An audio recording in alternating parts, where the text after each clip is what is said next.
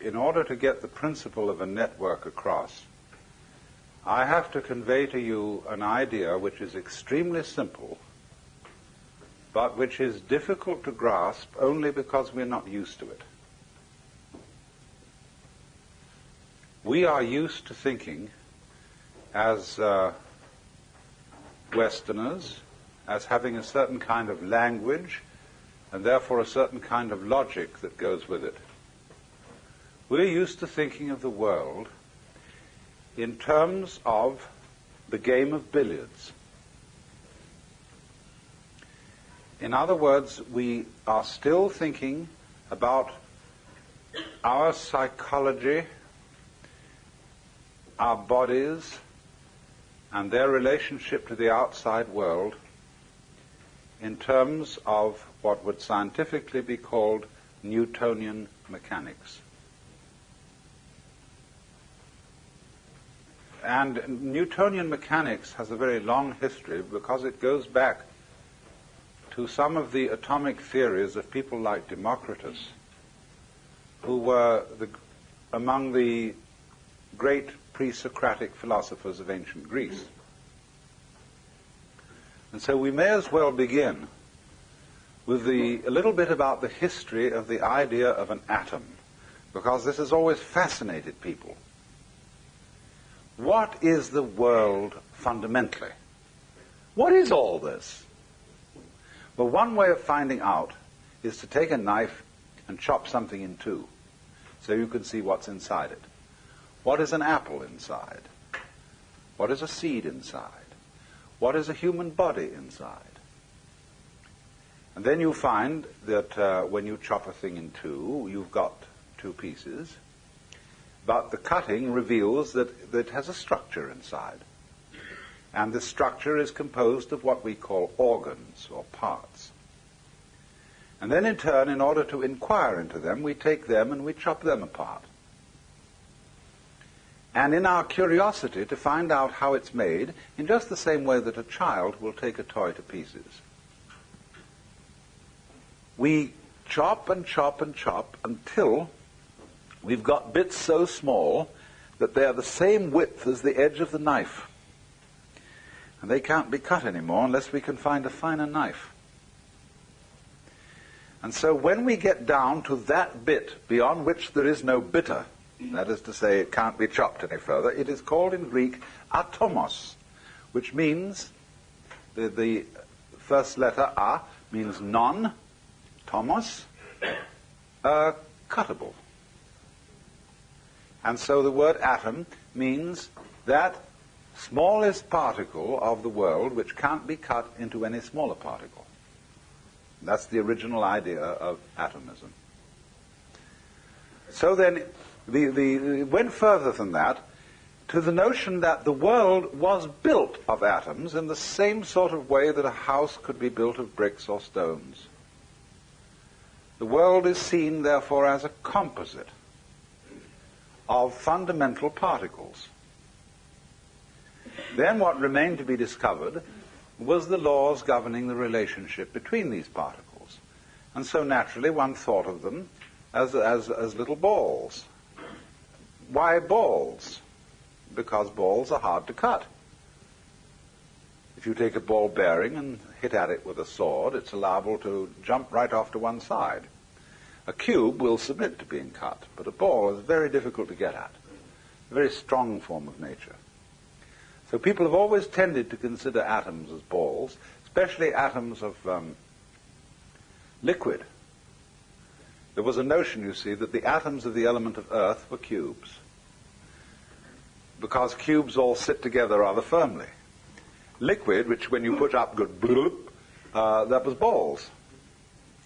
Fire was made of, if I remember rightly, little pyramids. Air, I can't remember what air was made of, and what their atoms were shaped like. Maybe sausages or something like that, because air is pretty difficult to get at too. But they had some ideas. But fundamentally, what has influenced Western thought, and still influences Western thought, is the idea of an atom as some sort of fundamental little planetary system. And so these things come into relationship with each other and they bang each other around, as in the game of billiards. And so if we are to understand the world profoundly, we have to find out what are the laws governing the relationship of the atoms. Now, you must understand, first of all, a principle about what are called laws of nature. We inherit the idea of laws of nature from our theology.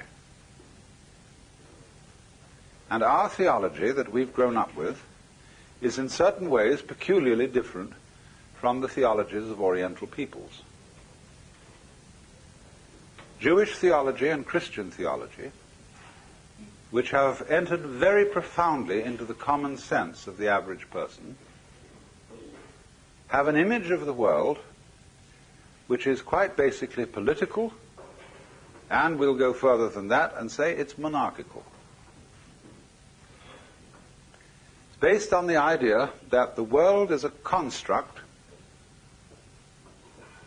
evoked out of nothingness by the commandment of a celestial king.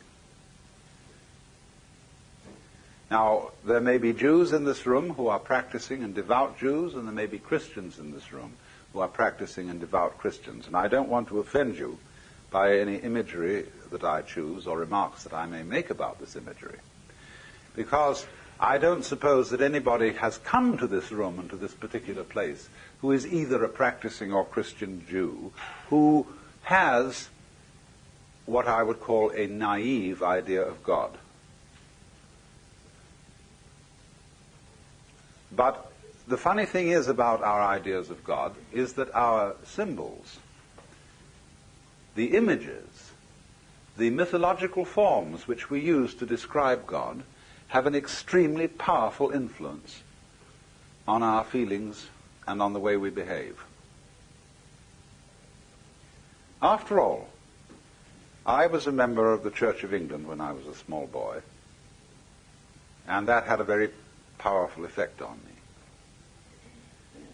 And in the Church of England, it's quite obvious, from an emotional point of view, as distinct from a very intellectual point of view, that God stands behind the King of England. And the King of England and the Archbishop of Canterbury and the whole hierarchy of lords and ladies and noblemen and officials who descend from this point are somehow involved, at any rate this is perfectly clear to a small boy, are somehow involved with the hierarchy of heaven. Because at morning prayer, to which we went every Sunday, the minister would pray a prayer which began, O Almighty Father, high and mighty, King of kings, Lord of lords, the only ruler of princes, who dost from thy throne behold all the dwellers upon earth. Most heartily we beseech thee with thy favor to behold our most gracious sovereign Lord King George, etc. And so this was a very courtly procedure at which the clergyman, dressed in his proper robes, proceeded to the altar, which is a kind of earthly symbol of the throne of heaven, made due obeisance, and presented this petition with all proper humility. Now, these are things that if you're brought up in that environment, you take for granted. That seems to be the natural attitude to God. But imagine someone coming in from a culture where God is not conceived in the image of kingship. How strange he would find this behavior. There's all this bowing and scraping, because you know very well that places where they bow and scrape and where there are thrones are places of terror. Because anybody who rules by force is and must be basically terrified. That's why he has to have all these protections, why he has to be addressed in the right form of language. Say you go into a court today, an ordinary U.S. law court. There is a very strict etiquette. And if you start laughing, the judge will bang the gavel and threaten contempt of court and all sorts of dire punishments. Because here everybody has to be serious. It's like on the parade ground. all those Marines lined up, and they salute the flag, and they have to have a very grim expression on. It's serious. And so in the courts of kings, they have to be serious because kings are afraid of laughter. They're also afraid of being attacked suddenly. So everybody has to kneel down. Because if you kneel down or prostrate yourself, you're at a disadvantage. And the king stands or sits at his throne with his bodyguards ranged on either side. See, like that. We've already got the form of a church. The bishop at his throne, his attendant canons and clergy flanking him on either side. And so certain great Catholic cathedrals are called, they're described with the word basilica. And basilica, from the Greek basiles or basilus, is the king. So the basilica is the court of the king. The very titles of God in the Bible, King of Kings and Lord of Lords, are of course borrowed from the Persian emperors. The Cyrus, which is the Greek word, Kyrios, meaning Lord. So the Mass begins with the invocation, Kyrie eleison, Lord have mercy upon us. The titles are borrowed from the Persian emperor. And so the rites that have become associated with Christian religion, and to some extent the Jewish religion, are reflections of those great autocratic monarchs of the ancient Near East, the Cyruses of Persia, the pharaohs of Egypt, and people like Hammurabi, who were the great Chaldean monarchs. The universe was conceived then as being ruled on a political pattern like that, so that Hammurabi in particular, and Moses after him, were great lawgivers. They were the wise ones who laid down the rules. They were the patriarchs who said, now this is the way everybody's got to behave. Somebody's got to tell what the rules are. And since you can't all agree among yourselves as to what the rules are going to be, I'm going to tell you what to do. And since I'm the toughest guy around here, and I got these brothers of mine who are pretty tough too, we're going to say this is the law, see, and you've got to obey. So this is how we have got historically the idea of there being a law of nature. That somebody told nature what to do. Somebody told, for example, a wonderful poem by Father Feeney about bees. God, to some sticky stuff, not yet alive in a hive, said, come, hum, be my bee and buzz as I bid. And sure enough, it was, and it did.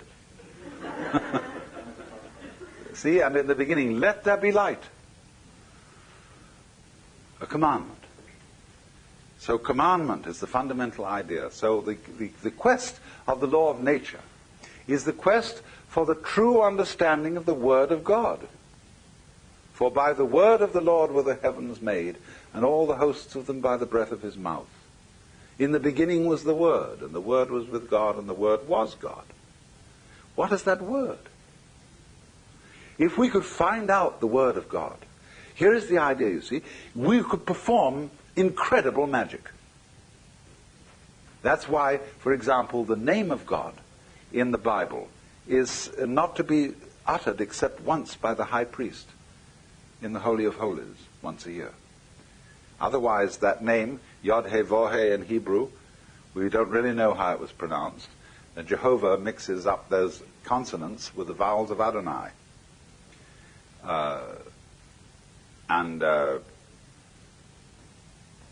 Then it's all mixed up in translation.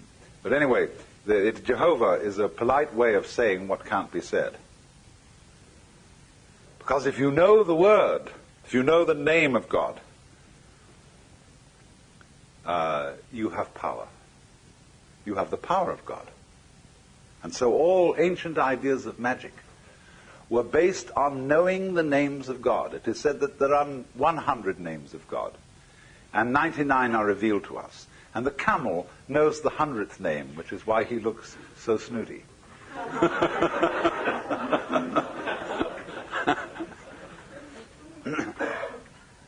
But so also a person in what we now call primitive orders of society are loath to reveal their names.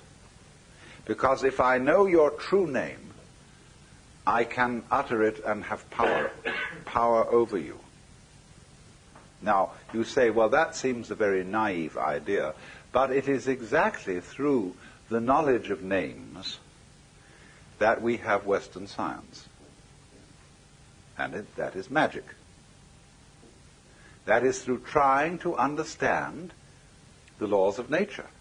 So that if you could understand the word underneath all the phenomena, you could change the phenomena and create magic. Only this, that many scientists have got rather sophisticated and have realized that the word comes later than the event. That in the beginning wasn't the word. Of course, if you want to make new sense out of the phrase "in the beginning was the word," you have to go to Hinduism, where they have the idea that Vak, V-A-C in Sanskrit, or speech, is the basis of creation. But by this they fundamentally mean vibration. As sound, you see, is they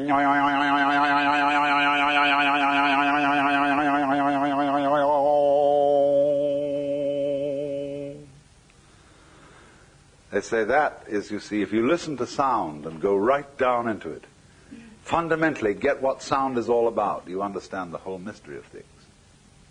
Because the whole mystery of things is vibrating energy. On and off. Simple as that. Life and death. Life is on, death is off. Have to have off to have on, have to have on to have off. It's quite a relief. But there they say that's the beginning. Now, but they also say, in another sense, on another level, that the roots of Sanskrit, say the root form, say the word Buddha, comes from the root form Bud, which means to know or to be awake. Bhava, which means becoming, comes from the root bhu, which means to grow. So on. Karma, doing, comes from the root kri, to act. So they say, though, that the roots of Sanskrit are not simply the roots of a language, they're the roots of life. Because in another sense, altogether, you see, you create the world by the word.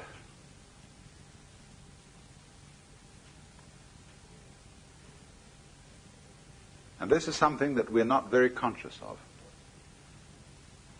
It's the way you think that determines your basic reactions to what happens. In the words of Shakespeare, there is nothing either good or ill, but thinking makes it so. Thinking is talking to yourself inside your head.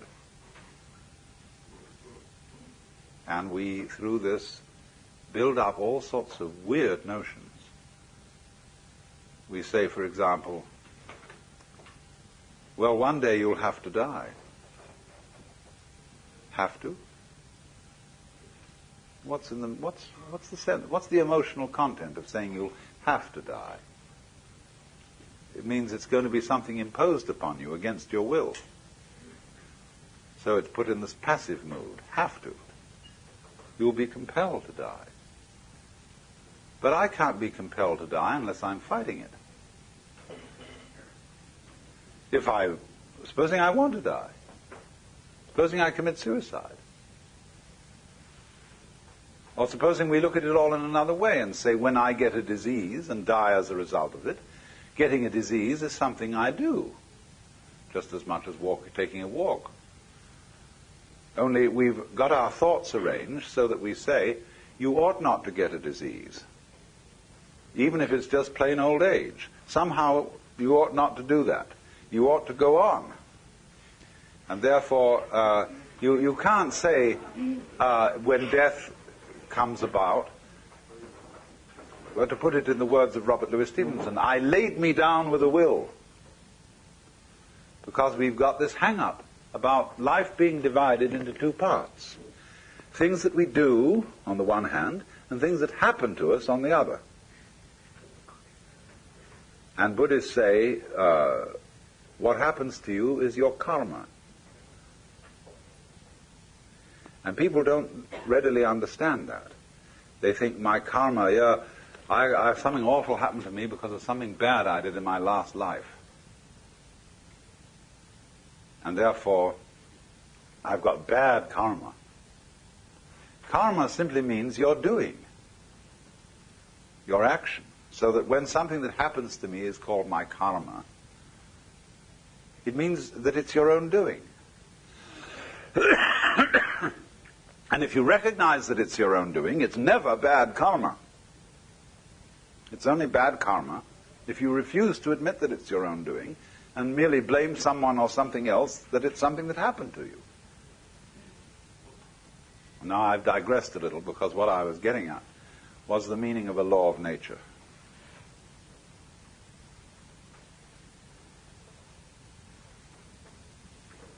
Laws of nature were taken over. The idea of the law of nature was taken over by Western science from this ancient magical notion of the Word of God, the commandment of God, being the foundation for everything that happens in the world.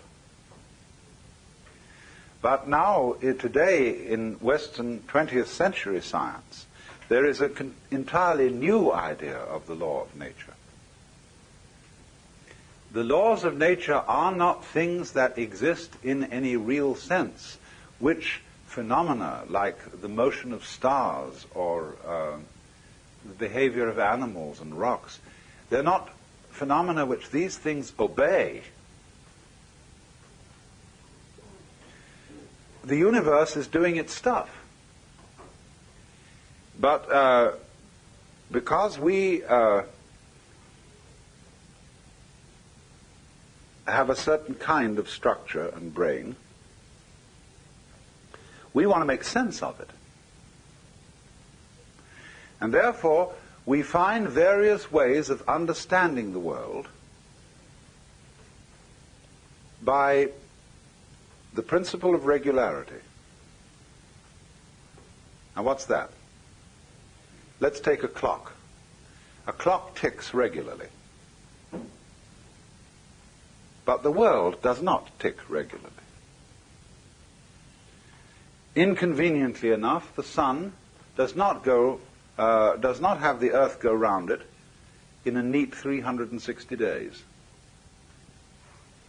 This has always irritated calendar makers. How to make a rational calendar? There is no solution, because the rotations of the earth upon its own axis do not neatly synchronize with its rotation around the sun. There's always something a little odd about it. So what we do is we superimpose over this rather odd elliptical path the ideal figure of a circle with its 360 degrees. Now that is also like putting a ruler along a piece of wood and saying this piece of wood can be cut to 12 inches. Now there are no inches in the wood. Inches are a method, a technique that human beings have invented for measuring things.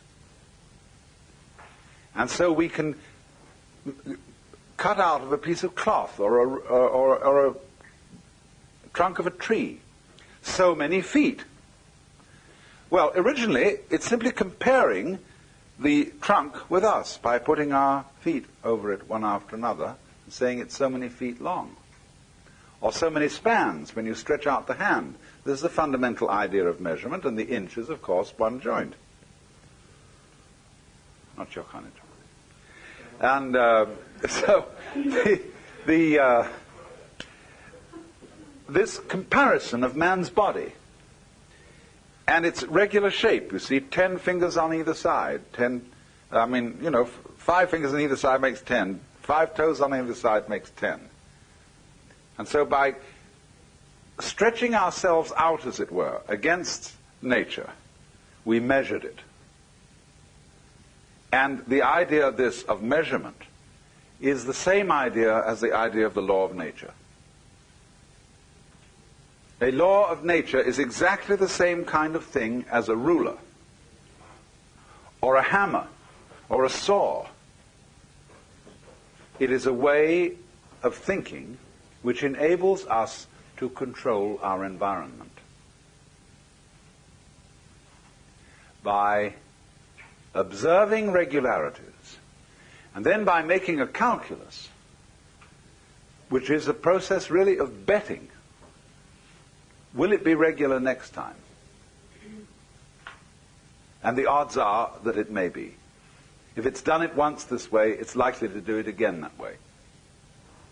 So in this way, you predict eclipses of the sun. You predict the phases of the moon. You measure them. You count it. How it went, how often it did it like this, how often it did it like that. And you say, well, it keeps on doing it. And you think, wow, this is fascinating. It seems to obey me, because now I can tell you any time it's going to come up. And if the other people around haven't figured it out, they think I'm magic, because I'm going to say to them, the moon is going to change at such and such a time. So many days from now it's going to have a different shape. They'll say, my God, he was right. And they'll think I'm making it happen, because I can do that. And so I get a rather privileged position, because I could predict. But that's the basic idea, you see, of the law of nature. The law of nature is a human network, like the lines of celestial latitude and longitude. They don't exist in the heavens, but we project them on the sky in order to measure the positions of the stars. Because the stars are scattered in a very confusing way. And just try and remember that mess and figure it out. So the clever ones, you see, just said, look at it through a network, a spherical network. Then you can number all the squares in the spherical network in accordance with the principles of the circle, the 360 degrees. You've thrown the network on the sky. It isn't really there, see? Then to help you a little further, pick out some of the big stars and see if they make a shape. You know, this is like doing a Rorschach test. And you see, oh, look, there's one over there that looks like a dipper. Or some people call it a plow. And there's one there that looks like a cross. And there's one there that, by some extreme wangling, can be made to look like a virgin. And all these lines that join the constellations together are our ways of projecting a pattern upon this great and glorious confusion, so that we can remember it and chart it. But obviously, you can very well see that if you looked at this same pattern of stars from some completely different position in space, all those constellations and their arrangements would vanish. And you would have to invent a new one. Because there is nowhere where the stars really are. It depends where you're looking from. So in this sense, then, man in nature, with his extraordinary symmetrical brain and its amazing complications, figures it out. And it's man who introduces the law into the world. He invents it. But in a way, invenire, to invent, is to discover. But what we discover, in a way, is not something that's out there. When we invent the laws of nature, we are discovering something about ourselves and our own passion for prediction, for regularity, for keeping things under control. Therefore, there has to be a law.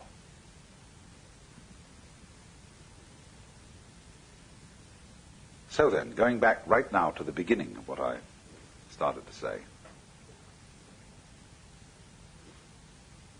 the question was then, what is the law of relationship between the atoms? Between the fundamental billiard balls of which the world is composed? Well, you watch the game of billiards, and there's a cue, and it hits that ball, and then it moves over, and it hits that one, and then that hits that one, and then that hits that one. And so the final ball, which moves into the pocket, has its behavior explained through its contact with the other billiard balls and the final contact with the cue. That's why it did it. And so this view of the world as something that happens by the mechanical processes of the law of cause and effect is one that is really basic to most people's common sense today, to most educated people. They would say it's very difficult to figure it all out because the whole thing is so complicated. But if you could know all the details involved in, say, the behavior or a single act of a human being, you would find that it was the ineluctable result of a series of bouncing balls against each other, fundamental atoms that predisposed the great final event to be just like that. So that theory of the relationship between the atoms is called, in technical language, catenary. C-A-T-E-N-A-R-Y, catenary. A catenary effect, or a relationship between events, is like, for example, to use another illustration, where you stand a row of bricks up, end up, and you knock over the first one, and they all go cata, cata, cata, cata, cata, and fall down. That is a catenary sequence. But it becomes increasingly obvious today to the physicist and to the biologist that that will not do as a sufficient description of how various events affect each other. And so there's another type of causal relationship altogether, which is called, instead of catenary, reticulate. R-E-T-I-C-U-L-A-T-E,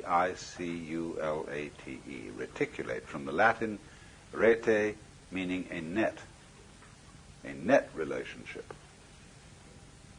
Wherein, in other words, any given event is not simply ascribed to one or more previous events, but that the relationship between the past and the present, and between the present and the future, is all to be taken into consideration in understanding any one event. In other words, let's take one event. I drop a ball and it bounces. Let's say it's an event. I don't know how many events it really is, but we'll just say, for the sake of argument, that it's an event. Now, is it enough in describing this event to say, I let the ball go, it obeyed the law of gravity and hit the floor, but because it was made of rubber and had some air inside it, it bounced and sort of slightly disobeyed gravity because it had an energy in it. But that's not enough.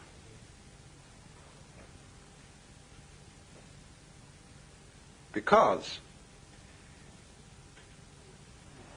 that the ball dropped, that I let it go, that it bounced, depended not merely upon a historical sequence of events that you can lay out in a string along a line of time. It depends also upon a present context. There must be a certain density of air. All kinds of things have to coexist with this in order for me to be there to drop the ball at all, much less manufacture a ball. So that what happens must be considered not merely as a historical phenomenon, but it must be seen in context. Context is terribly important because it isn't just when a thing happens that is important, it's where it happens. In what setting? So that you could say that my blood in my veins is in a certain setting. In a test tube, it's in a completely different setting. And in a test tube, my blood is not behaving in the way it behaves in my veins. Therefore, it's not the same thing.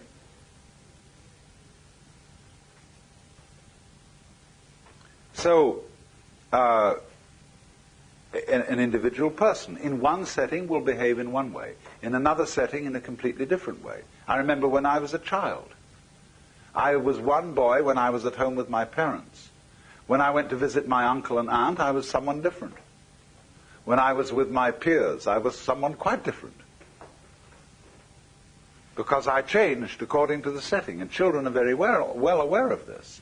It's only as we go on that we keep having it drummed into our heads that we ought to have a consistent character, because we're influenced by novels, where the characters are supposed to be consistent. And so you ought to have a consistent character. You ought to behave the same in all circumstances and towards all people. That merely means you become inflexible. So what things are, therefore, depend on the context in which they are found, upon their network relationship to everything else that's going on. And one of the reasons for this, which is going to lead us to something more profound but much simpler, is, of course, that the whole notion of a thing or of an event in nature and of causal relationships between different things and different events is a purely abstract idea that does not really fit the facts of nature at all. In nature, in what this physical world that you feel when you hold your head or hold somebody's hand or just breathe, in that world there aren't any separate events. None whatever. Sure, there are all sorts of wiggles around here, all sorts of lines, all sorts of colors, all sorts of surfaces, all sorts of forms, but they're not separate. Because you see, you can't separate an inside, what you are inside your skin, from the outside of the skin. Because you can see that at once. If there weren't anything outside your skin, there'd be no inside. It takes the outside and the inside working together to create this situation. And in the simplest way, the situation that I call my body wouldn't be operating unless there was air around here to breathe. This physical phenomenon goes with the situation of there being air. Now, true, it wiggles about inside the air in a rather complicated way. And other people watching say, oh, something going on over there. You know, because the air you can't see, and it remains rather constant, except when there's a gale. And so you don't pay much attention to it, because it's always around. What you pay attention to is what changes rather rapidly. And you say, well, that's a that. Say, hey, you say to someone, you see this change going on, some wiggling over there, and say, what's that? See? And he knows what you mean by a that. A that means something on the end of a finger point. It's different. It's peculiar. See? Now that's a that. So from that comes the idea of an event or a thing. A that. But all these that's that are happening aren't disconnected. They go with each other, just as I go with the surrounding air. And just as this whole situation in which we are at this moment is a complicated going-withness. Now here then we get to the fundamental idea, this idea of going with. And from this we shall be able to construct the whole notion of network. And this is the idea I said at the beginning, is extremely simple, but very difficult for people brought up to use Western languages to understand. Now, going witness, we could call it relativity, relationship. Means simply, let me first of all put it in a very extreme form.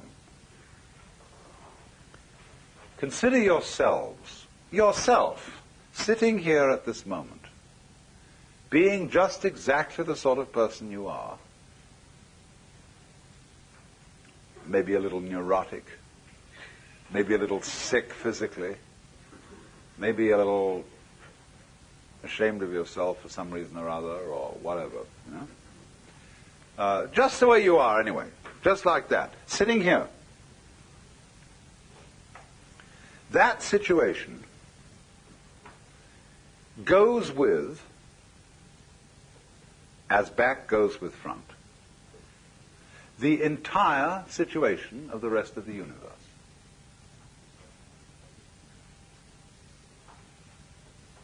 In other words, you as you are, exactly the way you are, and you really don't know what that is. You may have some opinions about it, but you really don't know. That goes with the way the whole of the rest of boundless being is arranged. Now, it isn't that the way the rest of boundless being is arranged is determining you to be the way you are. Or if it is that, if that's true, if it determines you, then we must also allow the other side of the picture that you determine it. It's your karma. You did it. But you say, no, but I didn't. I couldn't help it. It did me. And you can say, tisn't, like two children arguing until you realize that the argument was stupid. Because you and it are one event, and it isn't a question of it controlling you or you controlling it. It's all one event. As Teilhard de Chardin said, the whole universe is the only true atom, the only truly indivisible whole. So the human being, though, finds this difficult to understand because we're always telling each other, now you should be different. You ought to change. You can't be like that.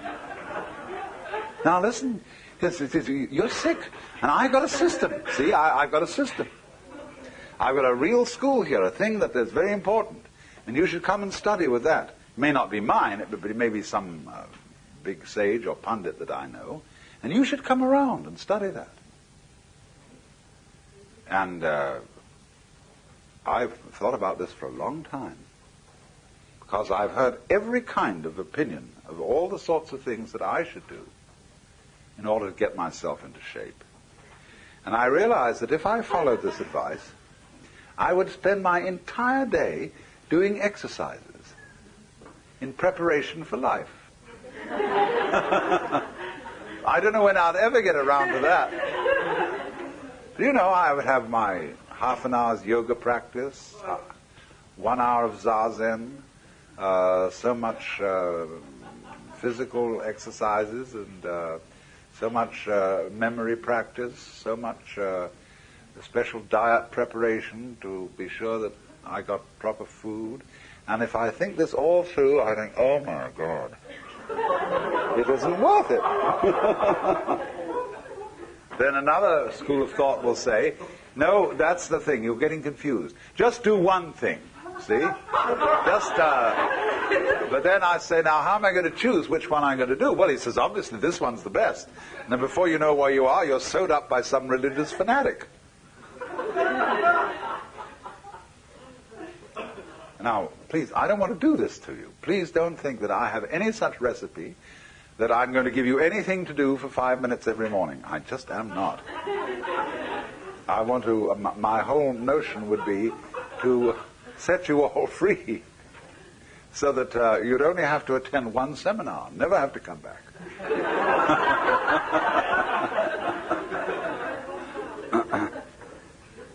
That's the idea, really.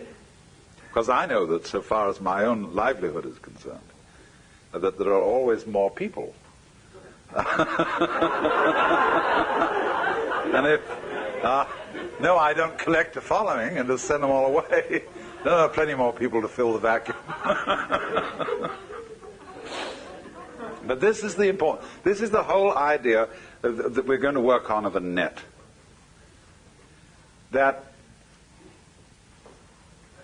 you are like a dewdrop on a multidimensional spider's web early in the morning. And if you look at that thing carefully, you will see that in every dewdrop there's the reflections of all the other dewdrops. So the way that dewdrop looks goes with the way all the other ones look. See? The particular glimmer in it and so on. Its peculiar position, and everybody has to have a peculiar position in the cosmos. So you see, the reflections in every one of them are different according to the position they're in and the other dewdrops that they reflect at such and such angles. But nevertheless, the whole network, all the dewdrops, depend on each individual dewdrop.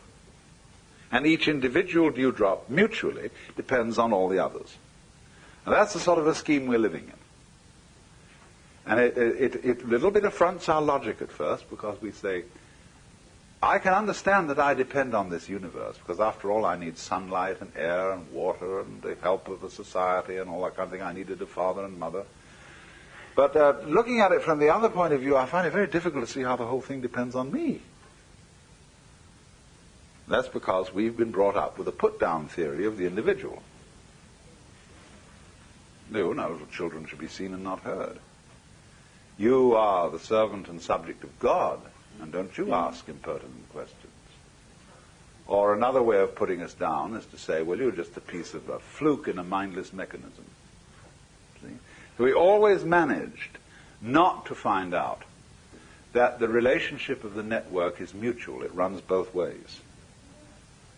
That it depends on you just as much as you depend on it. Because you see, it's you,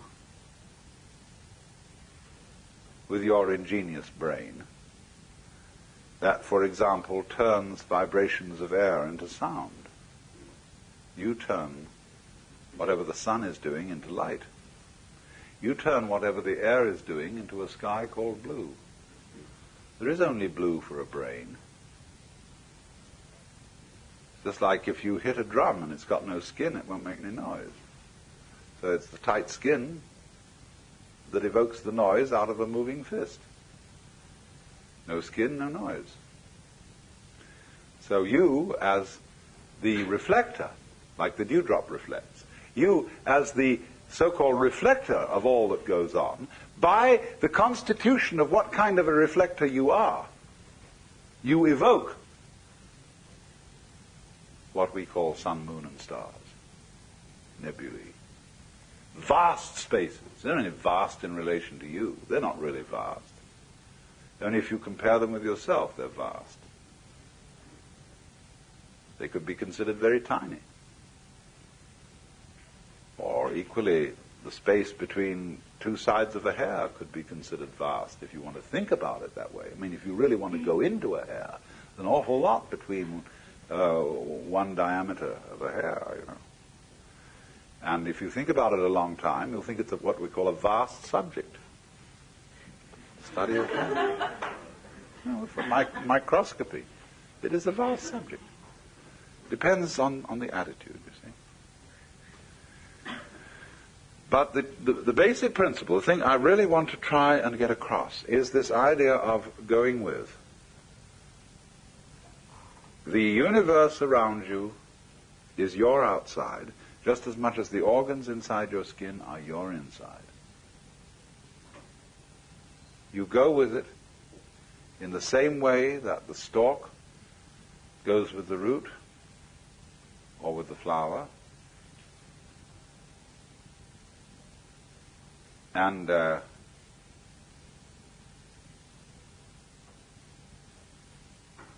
as front goes with back, as North Pole of magnet goes with South Pole. This principle of relationship governs everything. I wouldn't say governs. I'm only using the wretched terms that we have to use out of our language. It underlies everything.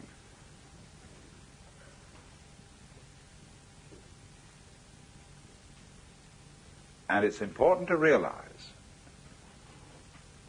and let me repeat this, that the great universe does not control the small individual any more than the small individual actually controls the great universe. This is not a question of controlling. It is a question of more like dancing, of what happens, rather than what makes it happen. Things aren't made to happen.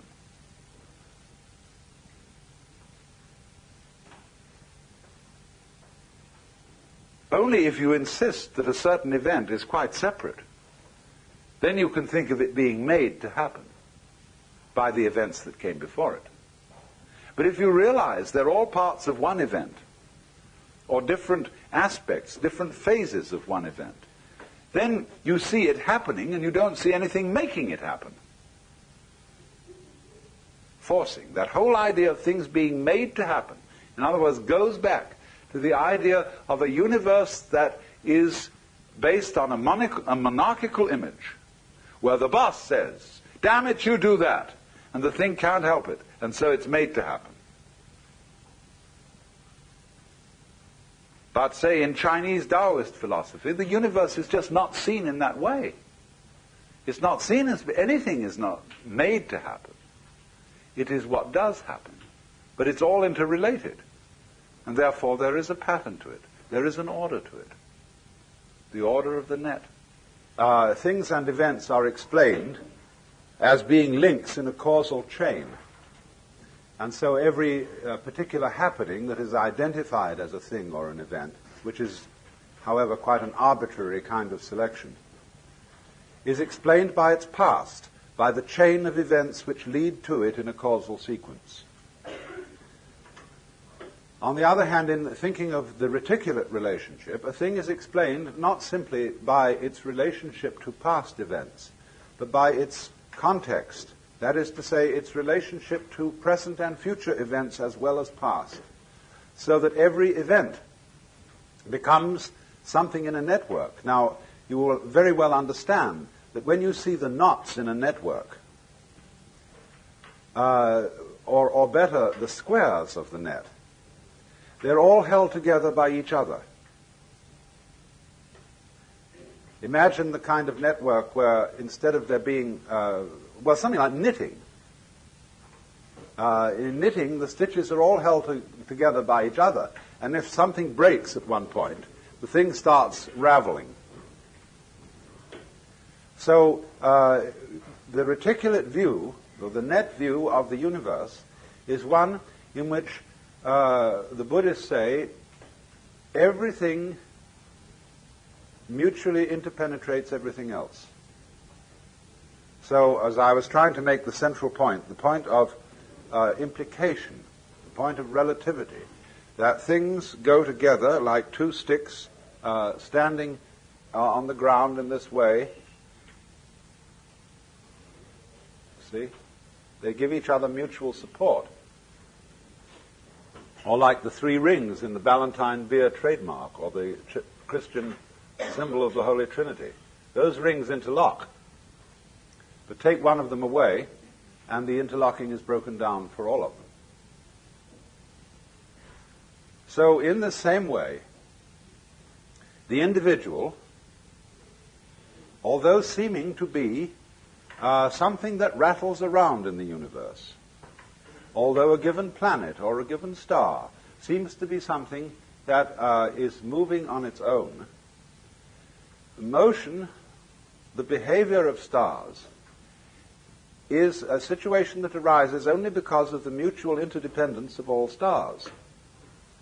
Because, to take a very simple illustration, if there is only one star in the whole universe, no motion can be ascribed to it.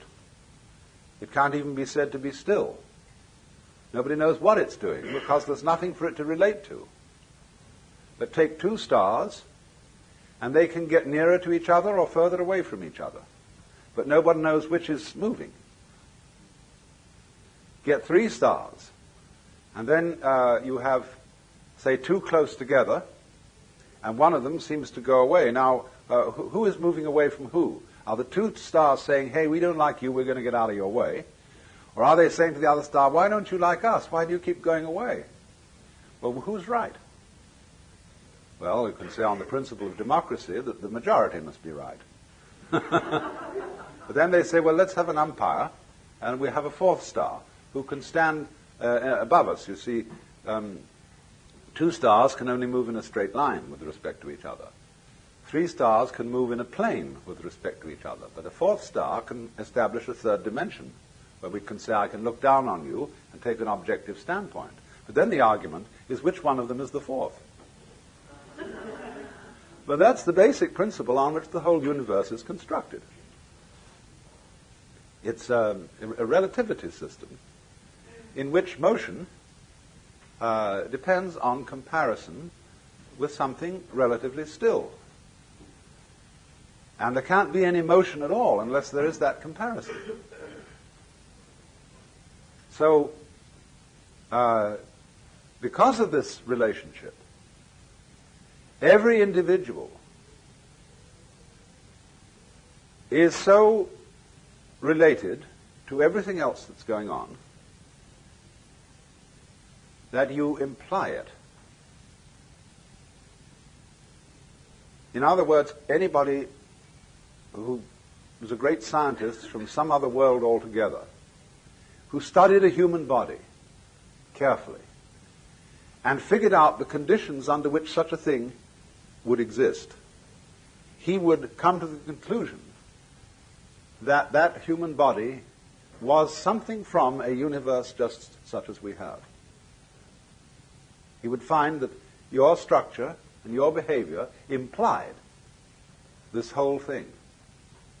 Just as with a laser beam system, you can photograph a small fragment of any photographic negative, and from that tiny fragment you can reconstruct the whole picture from which it was taken, because the crystalline tensions in that fragment imply the whole context of crystalline tensions that belong to that particular negative. So in exactly the same way, you as an individual imply this world, and this world mutually implies you. And you are a natural formation, moving in and with this universe, not determined by it, because this is not a system of determinism. But you are moving with it in just the same harmonious way that you notice the waves moving, and the trees growing, and the clouds moving. And as you don't accuse the clouds of making aesthetic mistakes, so really is a certain light in which you can see human beings, both good and bad, as perfect forms of nature. You may have fashionable discriminations about who is beautiful and who is ugly. You may have metaphysical discriminations about who is sick and who is healthy. You may have moral discriminations about who is good and who is evil. Now, these are all points of view, relative points of view.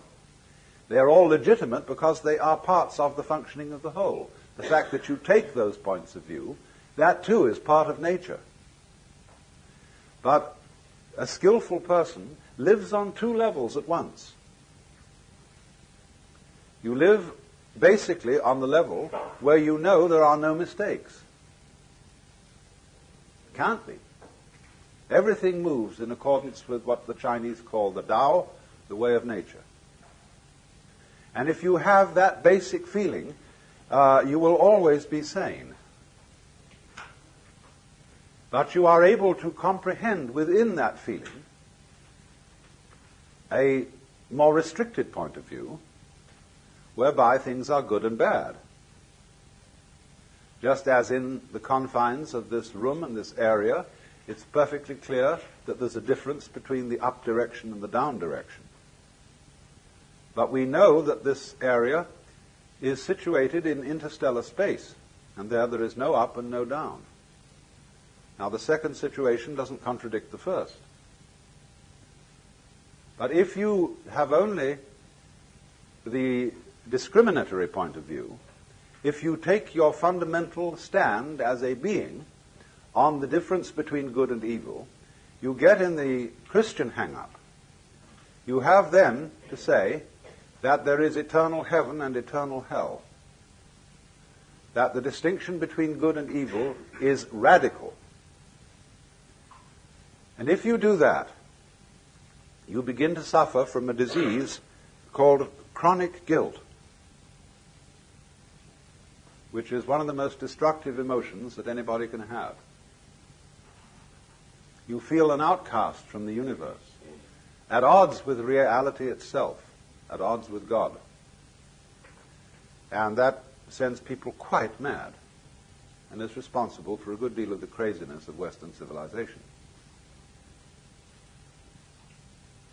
It's making too much of a good thing out of the distinction between good and evil. It is an important distinction, but it's not fundamentally important. And you have to learn to admit different degrees of importance.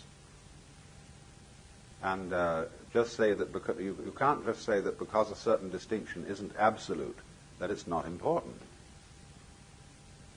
After all, your own physical formation is not absolute, but it's important. So, the situation of man in this network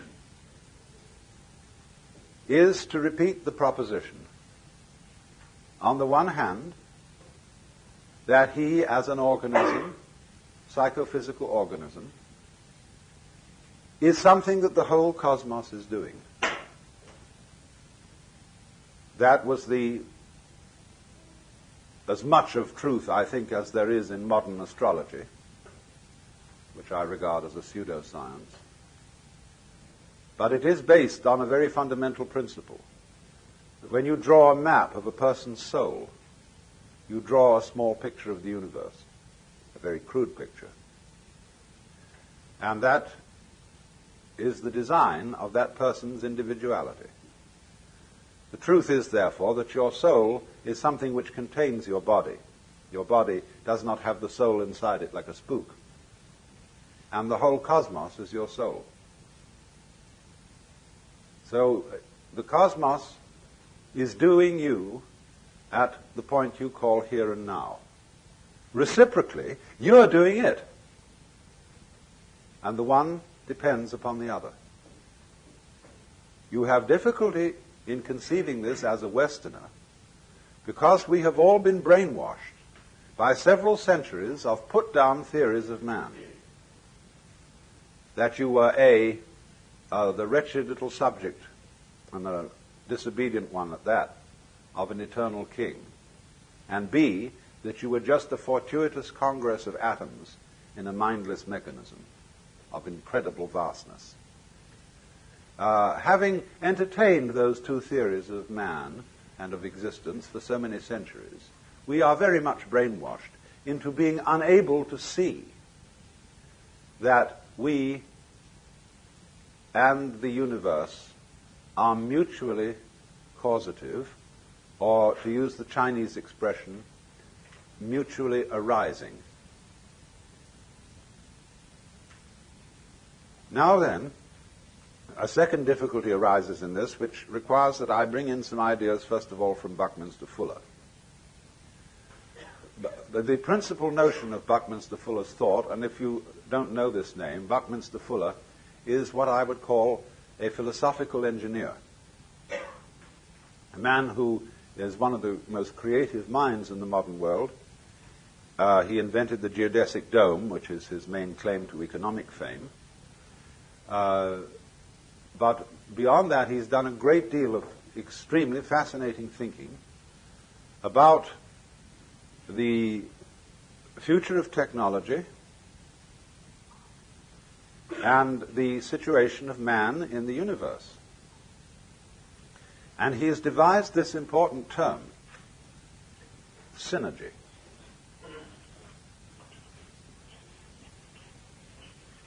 Coming from the Greek, syn, with, ergos, work. But what he means by synergy is this, that every complex organism has as a whole an intelligence greater than any one of its parts. And that every complex organism as a whole has an intelligence greater than any one of its parts.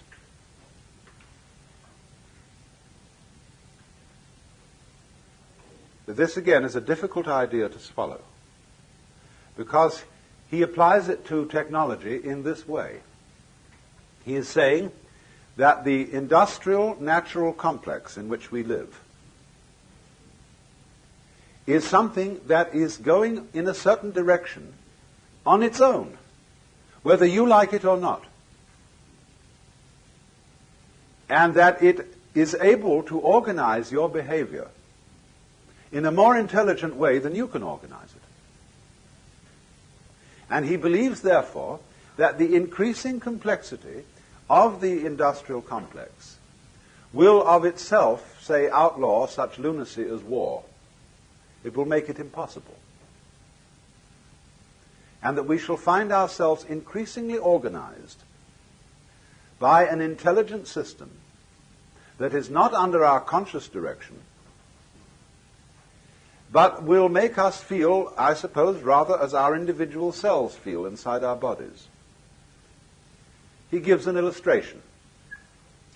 The transportation communications network, aircraft, radio, television, telephone, these taken together are constituting a global net, which might be said to be something like Teilhard de Chardin's idea of the noosphere. I hope you all read Teilhard de Chardin, the famous Jesuit theologian who wrote the best of his books is The Phenomenon of Man.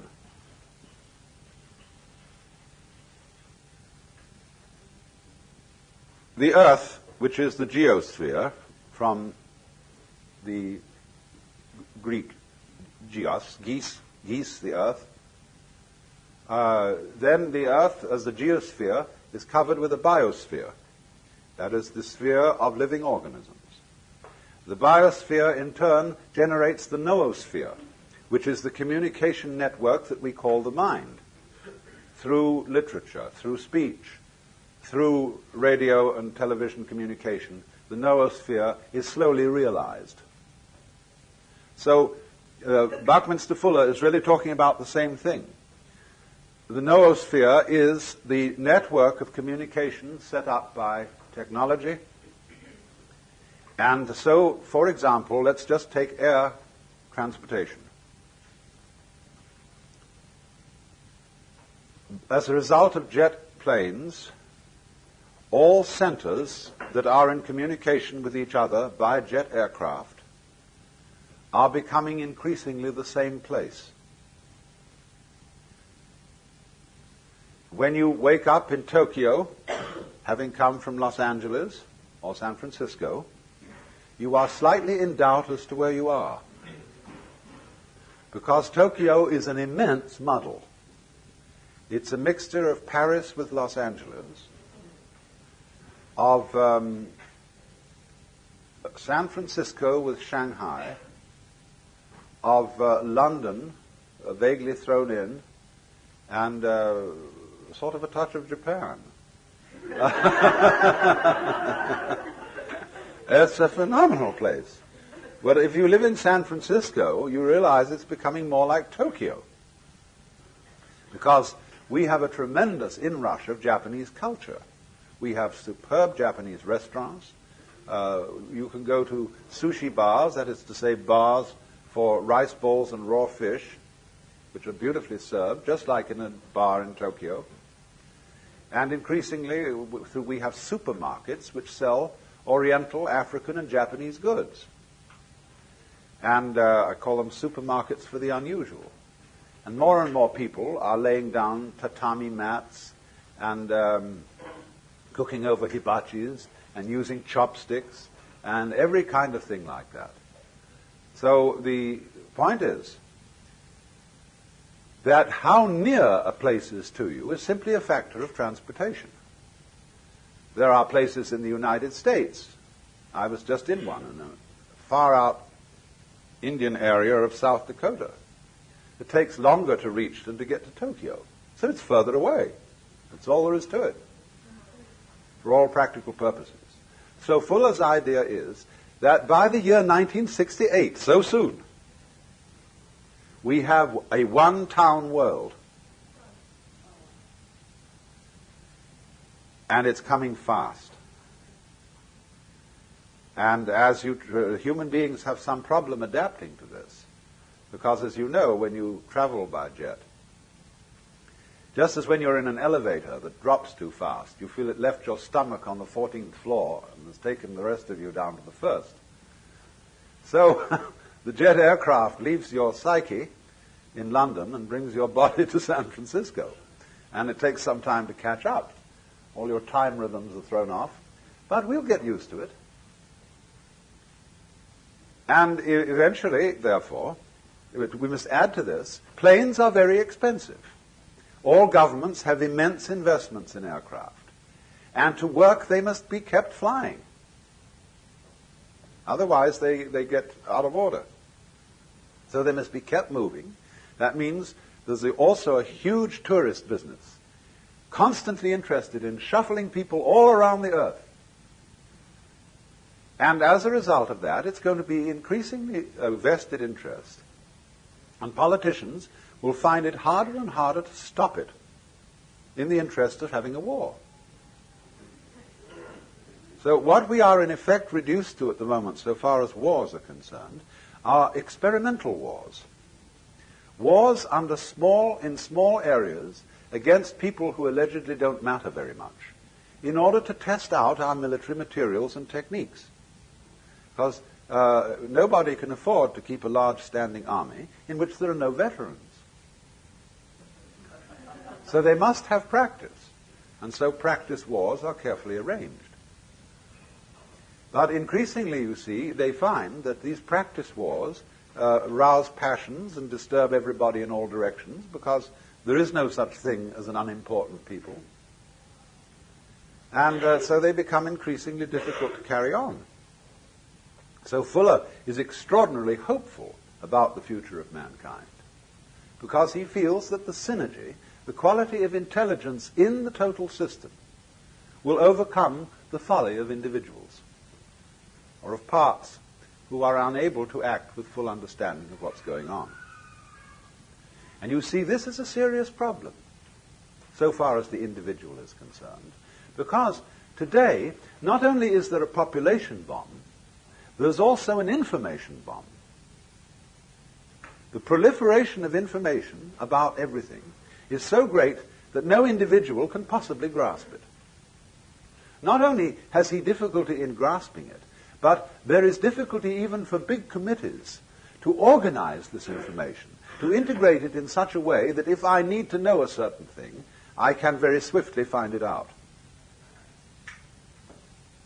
For an individual untrained in physics, it's very difficult to find out quickly about physics, because physics is expressed in a mathematical language which he probably has never learned to read. So the time lag in scanning, you see, all consciousness is a matter of scanning. And it takes in the totality of events in the world by a sweeping motion, like the glance of our eyes around a room. Well, it takes time to glance your eyes around the room and register what's there, if you want to remember it consciously. So what we are saying is that the intelligence of the system, the synergy, is more intelligent than any individual consciousness can be. But, of course, as a living organism, you are much more than consciousness in this scanning sense, because You certainly don't arrange the complexities of your own brain by conscious decision. That's something that you grow. Or we could put it this way, that the intelligence of the universe grows as it grows you. But here again is another hurdle for the average Westerner, whose common sense is derived from the philosophy of science current in the 19th century, of thinking that the organization of the universe is intelligent. That seems to us to echo of theism, of God ideas where God is based on an anthropomorphic or man-like image, the old gentleman with whiskers in the sky.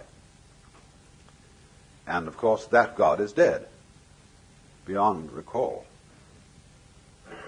But that's not the only kind of God. To think of the universe itself, its vast and complex organization, as being intelligent, what on earth does that mean? What do you mean by the word intelligent? Well, when you come to think of it, it's the most difficult word to define. Everybody knows what it is, but very few can say. It's like you know what love is, but just try and define it. You know what time is, but try and define that. Space. Everybody knows what space is, but it's the most difficult thing to pin down. And that's equally true of intelligence. We can see certain elements in intelligence. We can see complexity as an element of it. We can see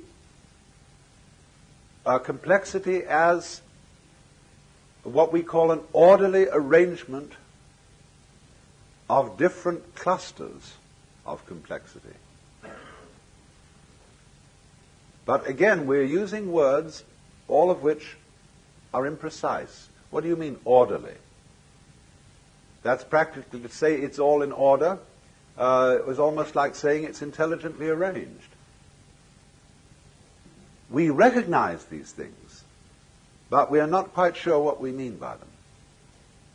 But we recognize them at once. And for example, if we begin with the pure hypothesis that we ourselves are intelligent, and let it go at that. If we're not, then nothing is. But let's, for the sake of argument, say that we human beings are intelligent. Now, if that is so, then the environment in which we live must also be intelligent. Because we are symptoms of that environment, and I don't for the life of me see how you can have intelligent symptoms of an unintelligent organization.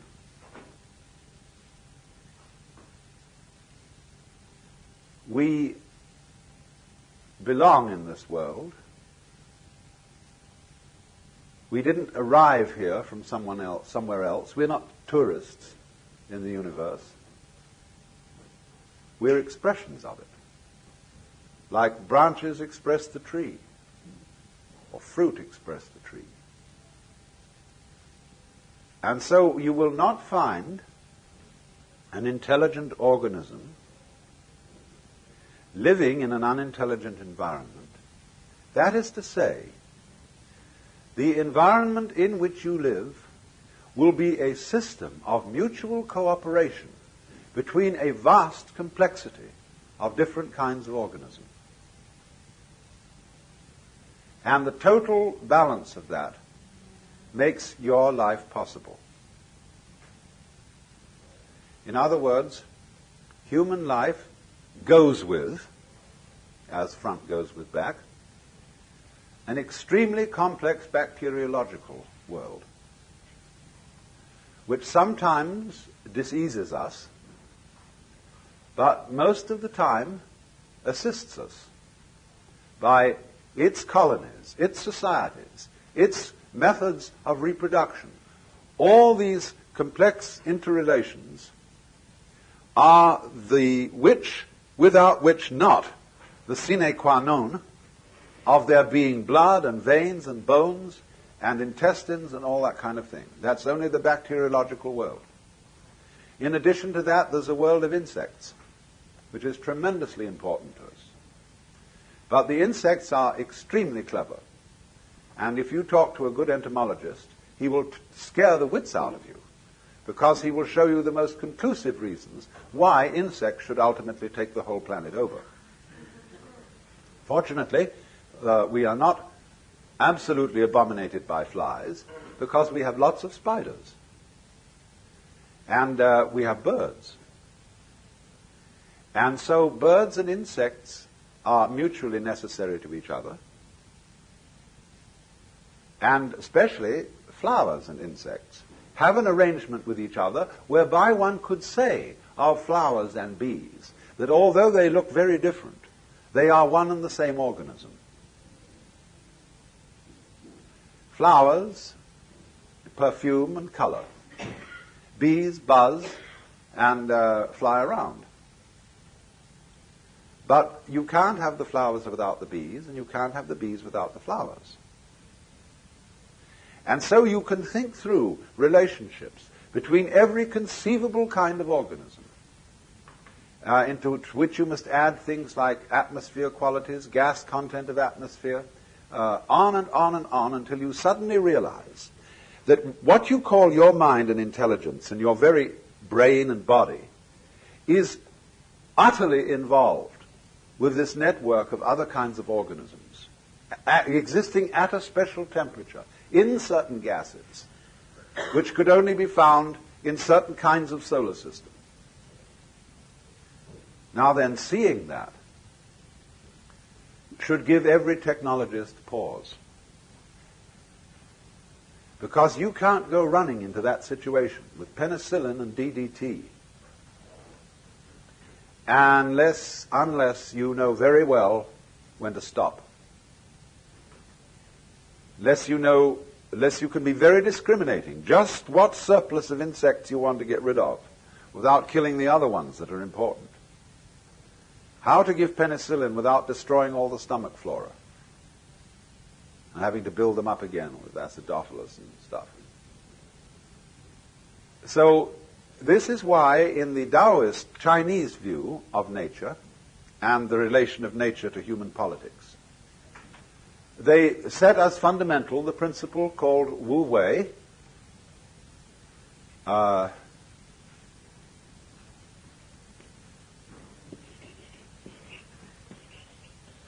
Wei,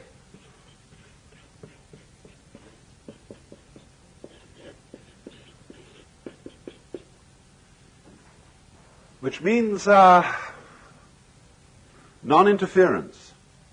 Not quite what we mean by laissez-faire, but rather close to it. That is to say, when you act upon nature, and you can't help but interfere. There is no way of isolating yourself from the world. Every time you breathe, you interfere with something. See? But the art of Wu Wei is that when you interfere, endeavor to do so by going with the grain of things. In other words, if you want to split wood, split it with the grain. Don't try to split it across the grain. And likewise, when you want to pick a fight, don't use violence, but use the other person's violence to bring about his downfall. That's judo. And that judo is applied Wu Wei. Sailing is Wu Wei. As distinct from rowing, which isn't. So then, the Taoists, you see, recognized that there is this universal organism. And they thought of the cosmos as a great organism without a boss. There is no one in Chinese philosophy making the world happening or ordering it. There is no, as it were, central principle in the middle which sends out commands to all the subordinate parts. But rather, that the thing organizes itself. Their word for nature being zran, meaning what is so of itself. So they saw the whole cosmos as a self-regulating organism, and they further saw that the individual is not merely a part of that organism. He is an expression of the whole thing. And the whole depends upon this expression, just as much as the expression depends upon it. And that was the principle of mutual interpenetration, which is called it's more familiarly known by its Japanese name, Jiji Muge. The principle of the network. Between thing-event and thing-event, there is no obstruction.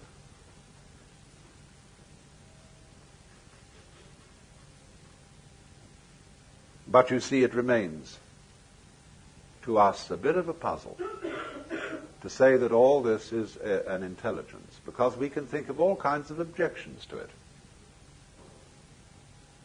We can think, if by some conscious science we were able to construct the universe, we would do it a little differently. We would have improvements to suggest upon mosquitoes. We would, perhaps a great surgeon might suggest that the human body be organized a little differently. We can think of dozens of things. But you find the curious thing is this. When you try to think out carefully how to improve the world, and then you realize is what the consequences of your suggestion would be, you wouldn't like all of the consequences. Hence the saying, be careful of what you desire. You may get it.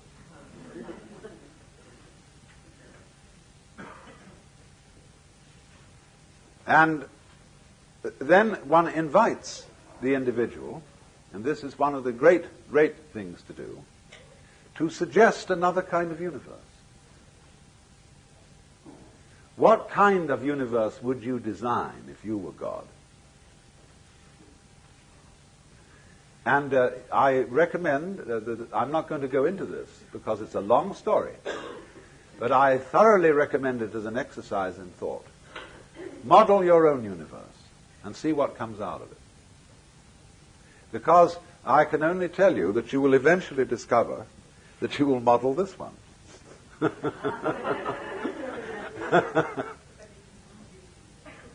And you'll find out, you see, that it's based on certain absolutely fundamental principles, which, of course, includes the game of hide and seek. Now you see it, now you don't, which is vibration, which is the same thing as energy. You've got to begin with that. But once you start with that, it implies the rest. Because all that we see around us is just a fantastic combination of black and white elements, of what the Chinese call the yin and the yang, the negative and positive forces. And it all leads to this, but in an incredible dance. So then, you have difficulty, though, of course, in seeing the world as an organism, because when you look out at the stars,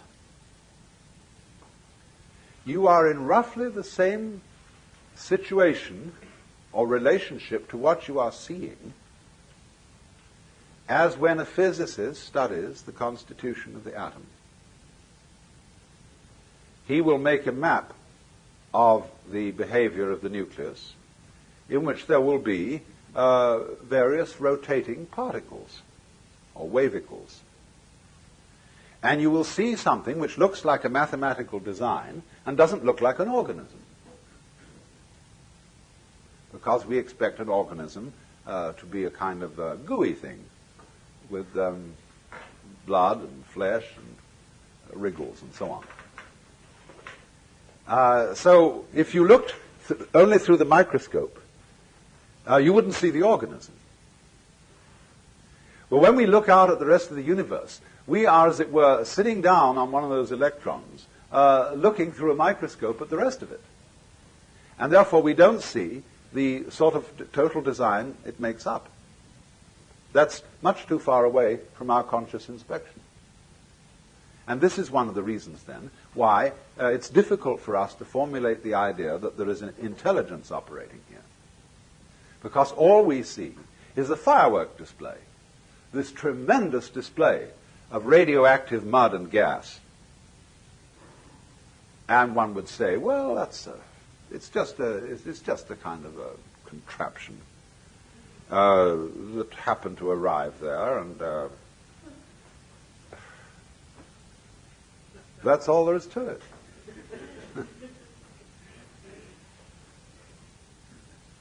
But the funny thing about man is that he can put himself down and say that he is an accident, a kind of colloidal chemical accident that occurred on this very unimportant rock, rotating around a lesser star on the fringe of one of the minor galaxies, and that this is where we are, and that the universe does not give a damn about us. Yet the odd thing is that this wretched little chemical thing can reflect an image of the whole cosmos in its vastness inside his head,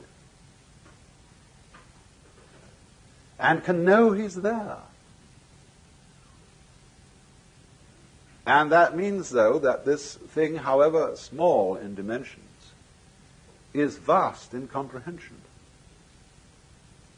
And what scale are you going to attach the word importance to? Mere size or degree of comprehension? By degree of comprehension, man is huge. By that scale. So then, if the principle is simply that if we can see from a perfectly physical point of view, what we would call a strictly scientific point of view, that the individual organism goes with its environment in just the same way as bees go with flowers, and flowers in their turn go with grubs, and grubs in their turn go with birds, and so on, all the way through. Then, when you want to define yourself, you cannot say that I am just what is inside the skin. Because what is inside the skin goes with everything outside it, and constitutes a single, complex field of diversified behaviors, diversified processes. You look at that then from a strictly physical point of view, and there it is, this network. But then the trouble comes up is, you say when you've studied that, and you've read all the books on ecology and botany and zoology, astronomy and so on, you say, yes, I see that. That's quite true theoretically. But I would like to be able to feel that this is so, as mystics report that they have felt it. To have that kind of experience in which the network is absolutely clear. Because, you see, if we don't take it that far, if we know about it theoretically only, the theoretical knowledge is not going to have much effect on what we do. But knowledge of a more emotionally compelling nature will indeed affect the way we act with respect to our environment, and may, in fact, prevent us from destroying our environment, as we are now very busily doing. It's interesting that the Congress of the United States recently passed an act making it a very serious offense to burn the American flag. And they passed this act with many patriotic speeches and rhetoric and much reciting of poems. This is the most fantastic example of American confusion between symbol and reality, between menu and meal. Because this same Congress is directly or indirectly responsible for burning up what the flag stands for, namely the geographical United States and its people. By not really doing much about the devastation of our forests, the pollution of our water and atmosphere, the reckless waste of our natural resources, and resorting to a form of economy which, under any sane circumstances, would be termed sheer lunacy. But see, they cannot distinguish between the symbol and the reality because we are all hypnotized with words and symbols.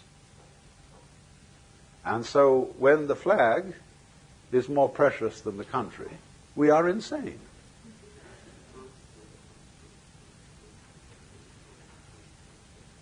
When you say, I love my country, and what you mean by that is you feel certain emotions when you salute a flag, you don't love your country at all. Because to love the country means to participate in its life in a loving way, in a considerate way. And after all, our animals are, in a certain sense, members of the United States. Birds, bears, all these lovely creatures. And what we are doing is we are getting rid of birds at a fast rate. We've reduced certain populations of birds by as much as 75% in the last few years because they eat our poisonous insecticides and so on. And eventually they get into us. That's love of country. So, as a result of this confusion, you see, a failure to see that the outside world is not a kind of chunk of mineral resources and cows to be exploited and to be just eaten up. If we do that, we turn ourselves into a swarm of locusts on the planet. The price for eating beef is that you must farm beef. You must conduct husbandry. You must help cattle to multiply, and you must care for them properly. The same with fishing. We have not husbanded whales, and therefore they're on their way to extinction.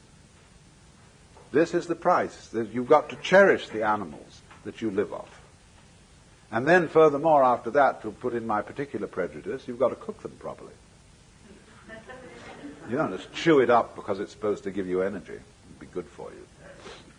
That's an irreverent use of dead animals and dead plants. They give their lives for you, and the proper response to that is take it with reverence, and that means cook it well. So that your act of cooking is like the rituals of a priest at an altar. It is the sacrificial altar, the chopping board and the range, which we use. And it's not a kind of a... Kitchens are not to be looked on as sort of lavatories where you throw things together to put in at the upper end. So, but this can only come about, you see, in a situation where human beings are vividly aware of the external world as much themselves as their own bodies. And you must allow yourself, therefore, to feel that what you see is not merely something out there. It's in your head. And your head's in it. And these things mutually interpenetrate each other like this. Now it's in your head, now your head's in it, now it's in your head, now your head's in it, like this, you see. And this rhythm sets up what we call vision. So if you see that the external world is as much you as anything inside your skin or anything inside your head, then you have a certain respect for it.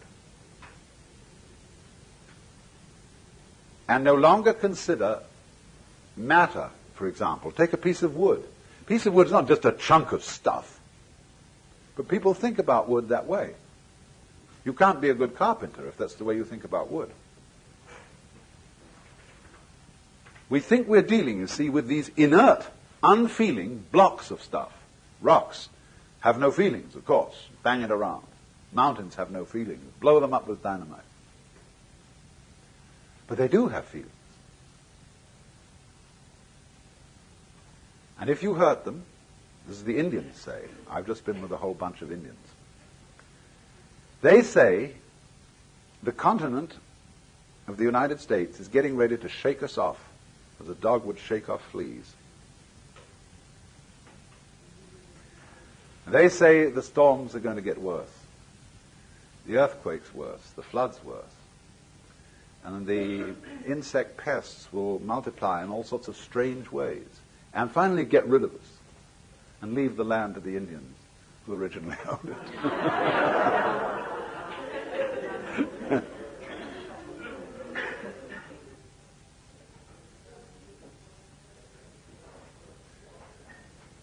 The question arose this morning about the problem of whether the extension of the network, especially by electronics, might not abolish individual privacy. And I said I was planning to devote this afternoon's session to that problem and some of its ramifications.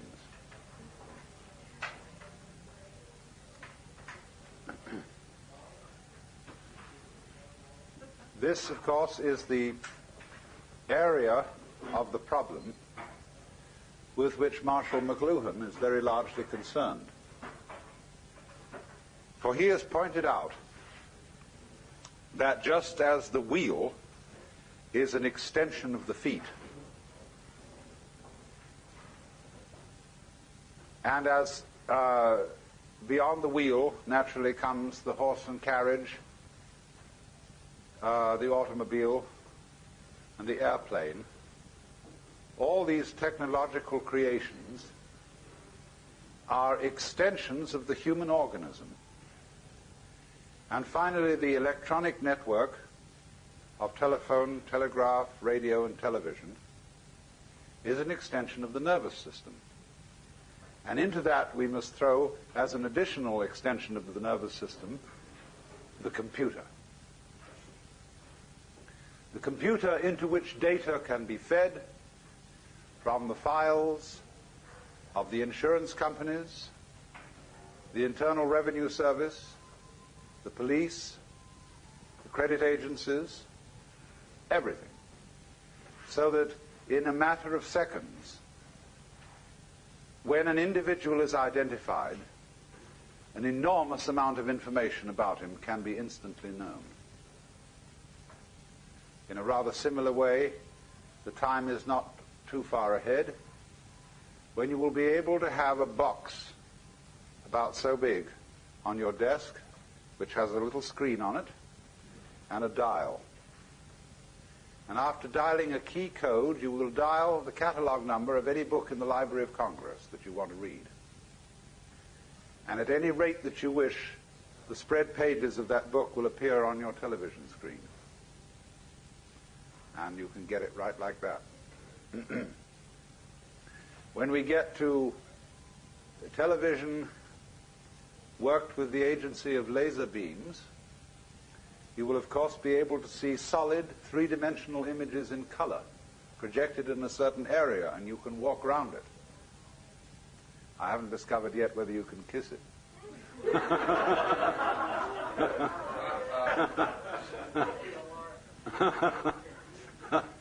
But when you get a phenomenon like that, it begins raising the question of where somebody actually is. When the reproduction becomes technically perfect, you see, you won't know the difference between the reproduction and the original. That's going to be a new kind of confusion.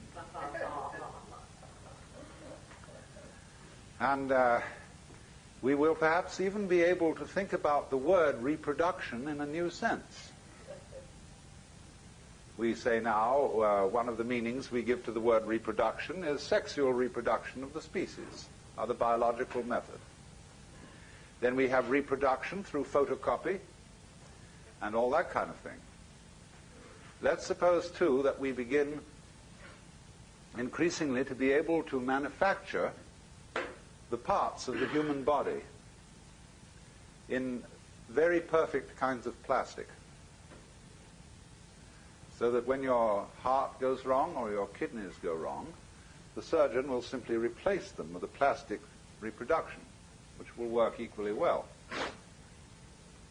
And perhaps they'll never be able to reproduce in plastic the brain, but they can at least put in there a radio device which will connect with a computer system of some kind, which will do the same job. So that then, after the years go by and your parts have been replaced, the serious question arises as to, are you the same individual? And we would say, well, no, you've been entirely replaced. Of course it does. You're being replaced all the time, though by a different method. And just as, say, an institution like the University of California, which is a very rapidly changing university, for some mysterious reason it remains the University of California, recognizable as such, even though the students, the faculty, the office and administrative staffs, and the very buildings themselves are in a state of flux, so that they hardly remain a constant for 5 years in succession. What then is the university? The university is a pattern of behavior. And the organisms involved in that pattern keep changing. But the pattern retains an identifiable continuity. So does your body. So does the whirlpool in the stream. So do the hot springs down below, although the water is running through them all the time and is never the same.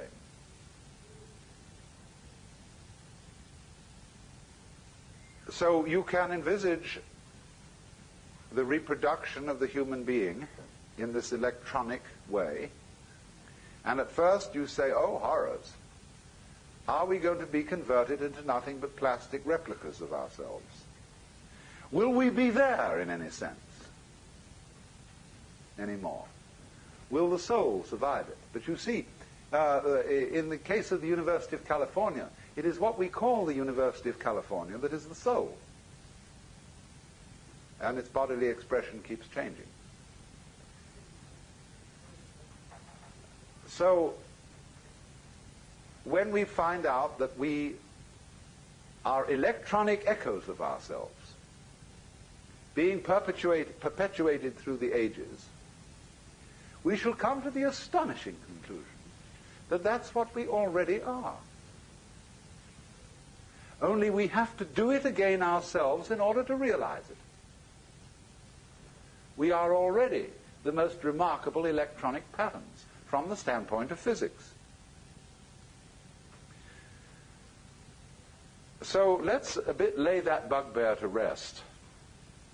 Although I must say, there is something about plastic in its present stage of evolution that is somewhat repulsive.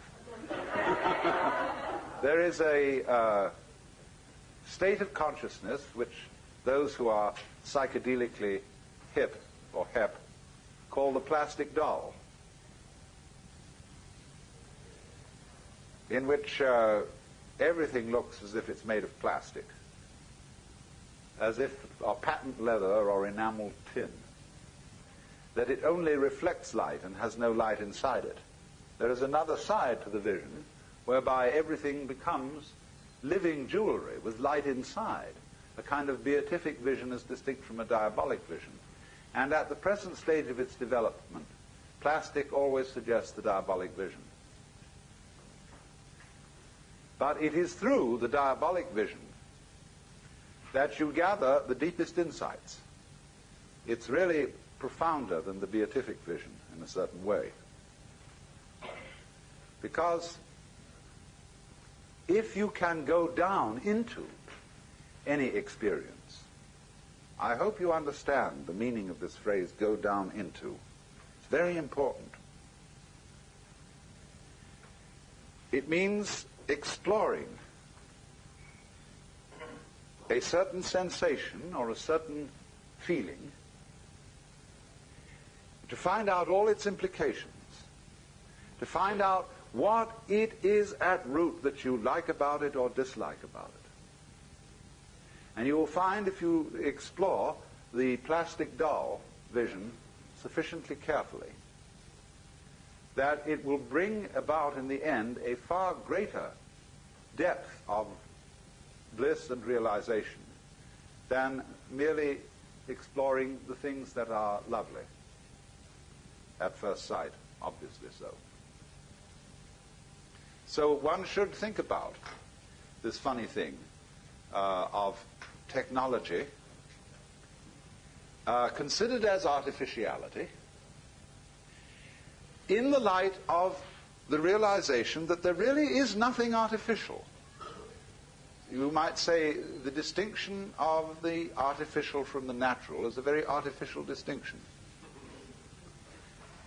That the constructs of human beings are really no more unnatural than bees' nests and birds' nests and constructs of animal and insect beings. They're extensions of ourselves. So then, what about the situation when it arises that we are all computerized, that no one is hidden? I want you to notice something already about the Bell Telephone Company. They have a regulation whereby you cannot switch your telephone off. You may have an extension in the house and you may switch that off, but you may not switch off your main phone. And if you leave it off the hook, it starts screaming after a while. They project that not many years hence, the ordinary telephone will disappear, and every individual will carry around with him a thing about the size of the old pocket watches.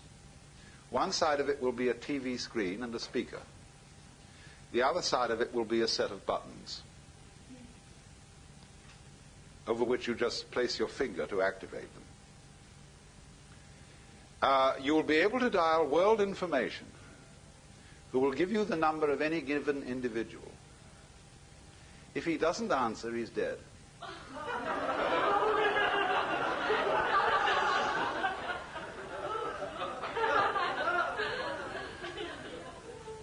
So under such circumstances, absolutely no one can get lost.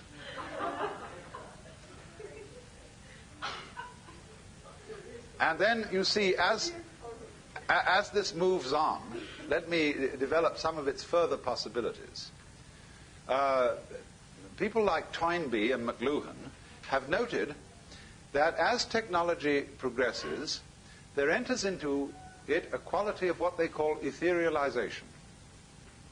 And this is connected with Teilhard de Chardin's doctrine of peduncles.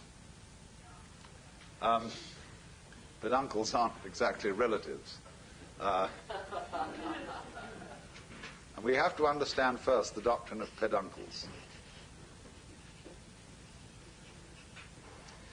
Now, here it is. Here is a globule. It might be an amoeba, or it might be oil in water suspended. And this globule is going to separate. First it does this. Then it does this. Then it does this. And then it does this.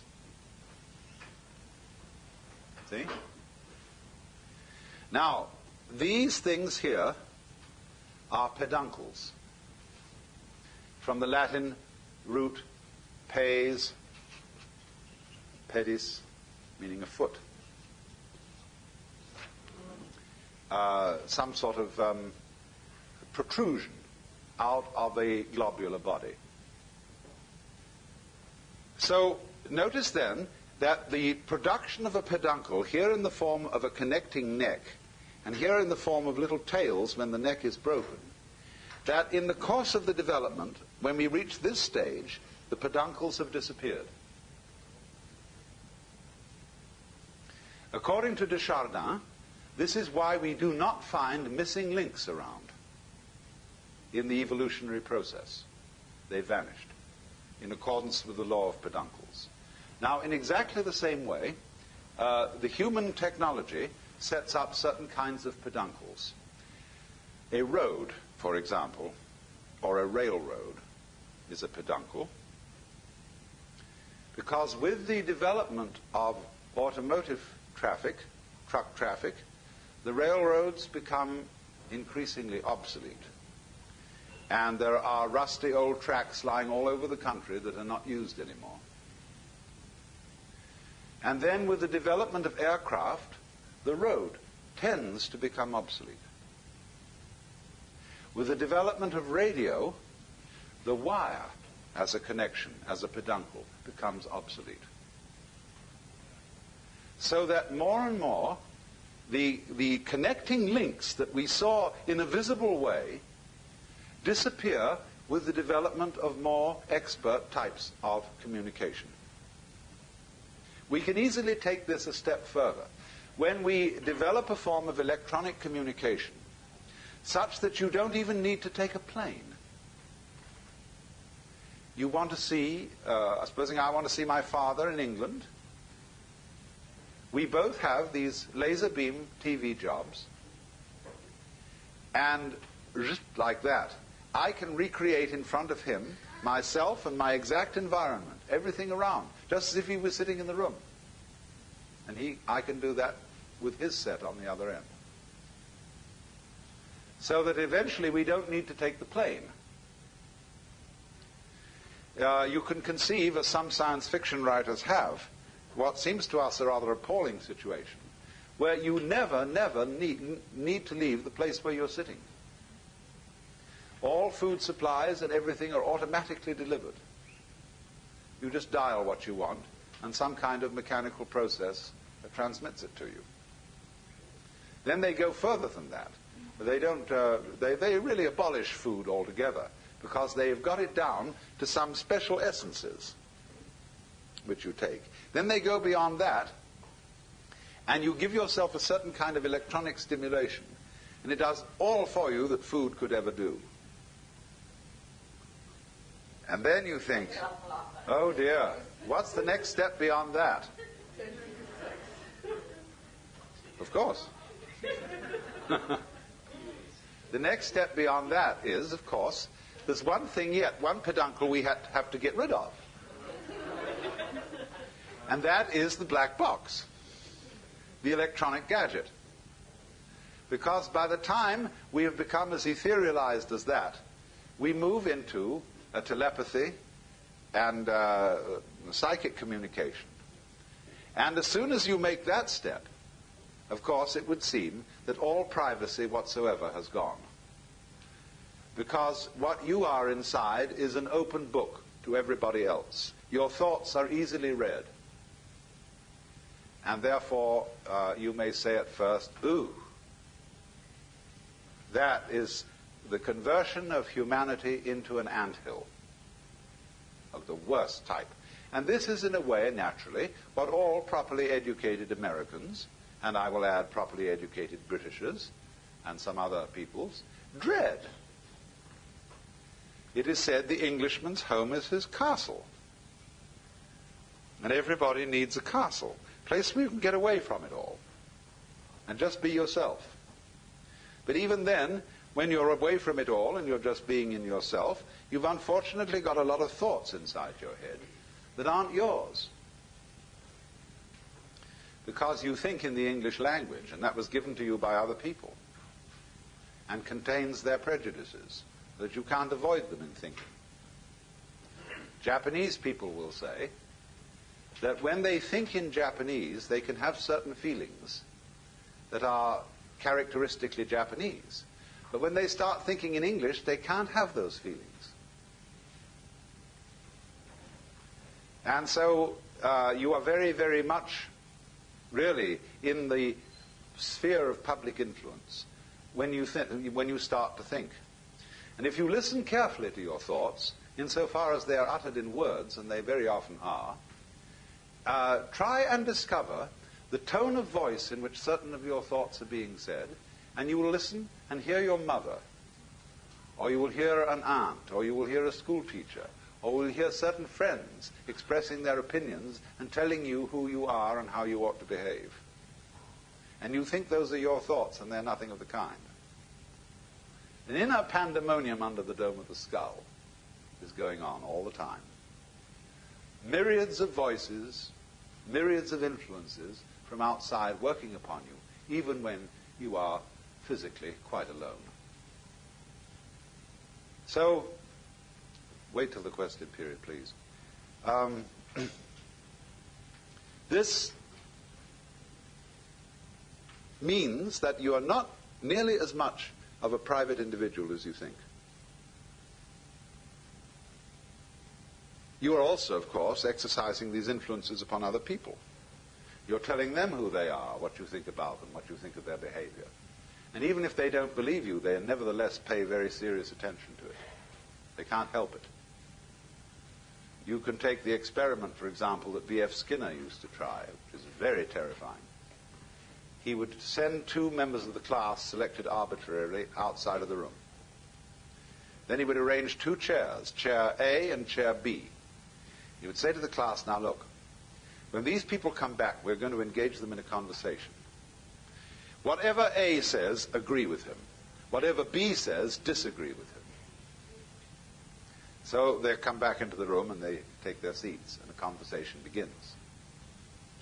Now, B may be a very strong-headed, articulate person, and A really rather feeble.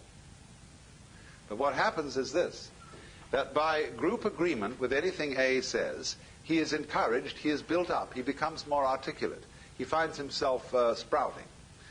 But B, by being disagreed with on every point, begins to get baffled and confused and feel very uncomfortable indeed. Unless he is onto the game and he challenges the whole group, I see now what you're playing. You have made up your minds to disagree with everything I say. Therefore, of course, you don't count.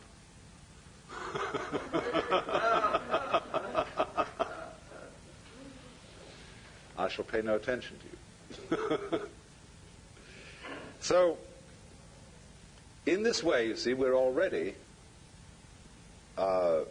colossally influenced by each other. And this is why I think that Harry Stack Sullivan's basic ideas about psychopathology are in some respects more profound than Freud's. Freud is always looking into the individual history, into the physiology, into the depth psychology of the individual in an interior sort of way. But Sullivan was always looking to the individual as the expression of a social network. And the same in the psychology of George Herbert Mead, where he called the conceptions that we have of ourselves the interiorized other. In other words, the sum total of all the things that people have told us we are. Because you do not know yourself as a self except in a society. Just as you do not exist biologically without a father and a mother, you do not carry on an existence without a society, and the reactions of other people to you provide you with the mirror in which you attain a realization of yourself. You know who you are in terms of your relationships with others. So then now, when we contemplate this disappearance of privacy and a completely integrated human society, we can look at this from two different points of view, pro and con. Let us first look at the pro point of view. How great to have nothing to hide. How great to give up all worries about ownership. Because you can say, if somebody says, they would like something you have, and you say, please, have it. Because you know very well you can go to someone else and say, could I have that? And they'll give it to you. And so all the way around, there is no propriety, in the sense not of prudish propriety, but propriety in the sense of possession. Also, of course, in the sense of prudish propriety. Nobody has any dirty little secrets, because if I have any dirty secrets, I know very well that you have too, and so let's drop the whole pretense and let go. So in this sense, there might be a very, very close fellowship between all people, in which there are no barriers, no defenses, and we all cooperate together beautifully and love each other. Now, let's look at the con point of view. Con point of view would say, yes, but surely, the more we communicate with each other in that way and have no property, and there are no boundaries, and there are no fences or defenses, then, just in the same way that jet aircraft makes all cities the same city, so this would make all people the same individual. Would that be what the Hindus mean by saying you are all one, you are all the Godhead in disguise? Would it mean that? Now, part of our difficulty in approaching this is that we begin from the standpoint of a certain conception of the individual person. And this is, of course, the Christian ego, which is the soul as a center of action and something alive with consciousness and intelligence that lies hidden in the bag of skin. As, for example, King John says in Shakespeare's play to Hubert, within this wall of flesh there is a soul counts thee her creditor, and with advantage means to pay thy love. See the image? Within this wall of flesh there is a soul. Within the castle there is the king. And every man's home is his castle.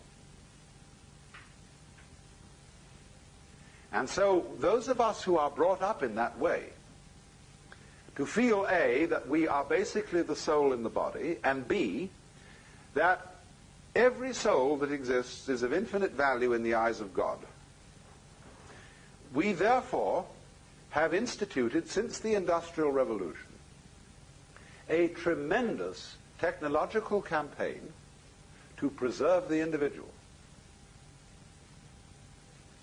We have all kinds of social services, hospitals, ambulances, medicine, welfare agencies, every kind of thing, with the one aim of preserving life, getting you to live longer, and giving what is called full opportunity for the development of your personality. To the myriads of Asia, this is almost unbelievable.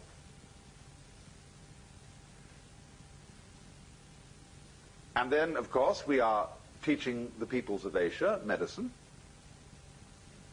and sanitation, industrialization, so that every single coolie child can be regarded not as so much waste human material, which because it's sick has to be thrown away, but as some individual to be loved and cherished and properly treated. And because individuality, the human, the particular, each particular human organism is infinitely precious. That is the moving ideal of the sort of people who first created the great hospitals, who abolished slavery, who abolished the death penalty for trivial offenses, who made that great humanitarian movement of the 19th century associated with such people as Wesley and Charles Dickens and Wilberforce and so on, to rescue the precious individual from the ravages of impersonal disease or impersonal political exploitation.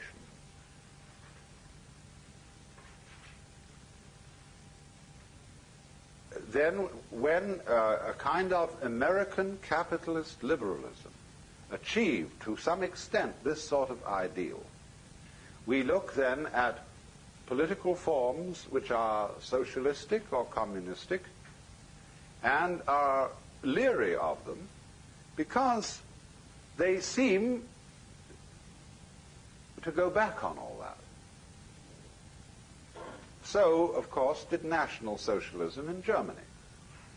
Because the position there is, it is not the individual who is the supremely important being, but it is the community, the state, which is supremely important. The individual realizes himself as a servant of the state. But our theory in the liberal capitalism of the United States is that the state is the servant of the individual. That we employ policemen and soldiers and sanitary inspectors and Department of Commerce officials, all to serve us. We call them public servants. And when a policeman gets uppish, he has to be reminded that we pay his salary and that his job is to serve us and not to be a kind of Admirable Crichton sort of butler who takes the upper hand. But of course, the very idea of a servant still has in it, doesn't it, something aristocratic. And as we all know, in this country, it is increasingly difficult to get services of any kind. More and more, it is felt beneath the individual's dignity to be, say, a waiter, a barber. After all, they give you a certain kind of service. Certainly, it's beneath anyone's dignity to shine shoes, because that's the feet, and that's very low down. It's like kissing people's feet. To give massage, to do all these things for other people that are rather material skills. Increasingly, you have to get them in another way, either by a do-it-yourself system or by some sort of machinery. And so in the same way, people who used to give service want to translate themselves professionally. People who were formerly called undertakers now call themselves morticians. Janitors call themselves maintenance services. I suppose barbers will soon call themselves tonsorial experts. All sorts of things like that are happening right now in order to give the sense of equality all round. And so the guy who gives you gas at the garage will notice your first name on your credit card and will address you by it. I get very irritated to be called Al. I just don't respond to that form of address at all. But I suppose that's my British snobbishness. But here it is, you know, everybody slaps everybody's back. Now, I was very puzzled by this when I first came to live in California, because here the use of first names and this kind of familiarity is extraordinarily common. And when I found myself on first name terms with a man who was in a certain sense my boss, who was the president of the University of the Pacific, I felt distinctly uncomfortable. And the reason I felt uncomfortable was that I felt the whole thing was insincere. That there was not the kind of relationship between us which would normally be represented by being on first name terms. But there was what was much worse, and sort of effort to prove that there really ought to be that kind of relationship, when neither side had any intention of forming it. And that's very baffling if you come from outside. And you don't know, I suppose, what all good born and bred Californians know. What are the cues? The subliminal cues which distinguish one form of first name address from another. Of course, what eventually happens is that people have two first names. The published one and the nickname, known only to an intimate circle. Used only by an intimate circle.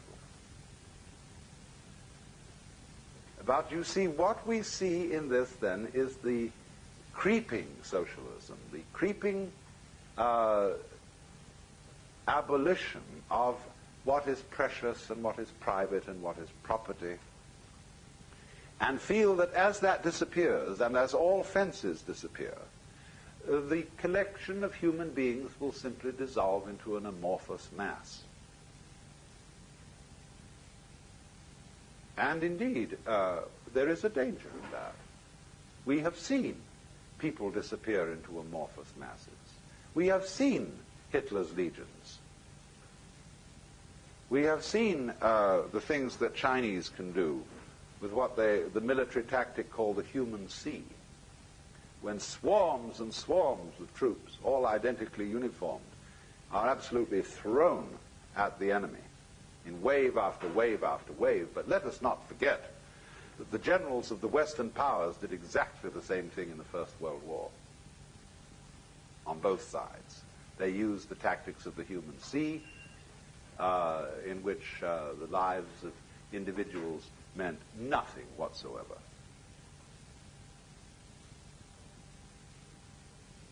Now,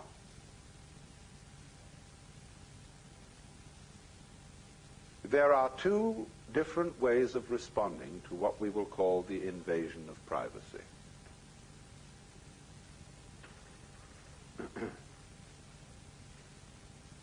Very often you will encounter someone who attacks your privacy in a psychological way.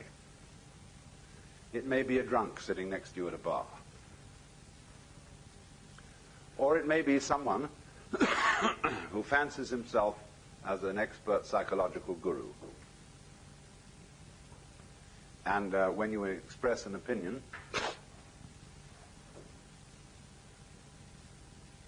or say, you walk up to such an individual and say, "Good morning.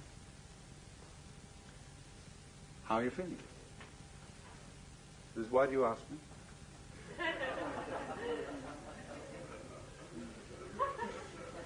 No. And he immediately, you see, breaks the social rules whereby you communicate with another person without actually saying anything.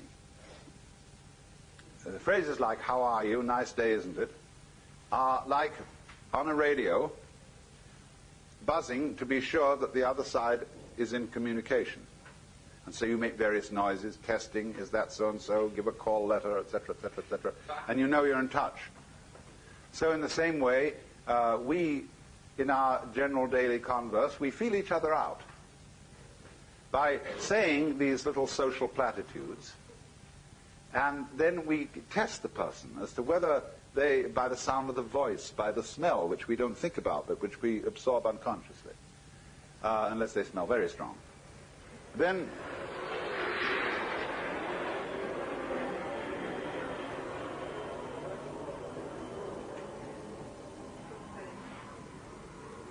complete with bombs. And then we get the feeling, do I want to explore this relationship further? We test. But then those people, you see, who invade your privacy instantly, it's either the drunk or the child who's quite innocent, or the probing psychologist who is playing his special game, maybe of one-upmanship of some kind, and sees how uncomfortable he can make you. Now, what are the tactics of response to be in these various situations? When you get the probing psychologist, you can shrug your shoulders and say, "Didn't your mother ever teach you manners?" Or you can simply not defend yourself. Some people just don't need to defend themselves at all. And so that probing them in that way is like tossing a rock into a well, and you wait, and there's no splash. And that really sets people back. Krishnamurti does that. If you make a comment about somebody in his presence that is in any way adverse or critical, he gives just no response at all. So you suddenly feel, like the Buddha said, you spat at the sky and the spit falls back into your own face.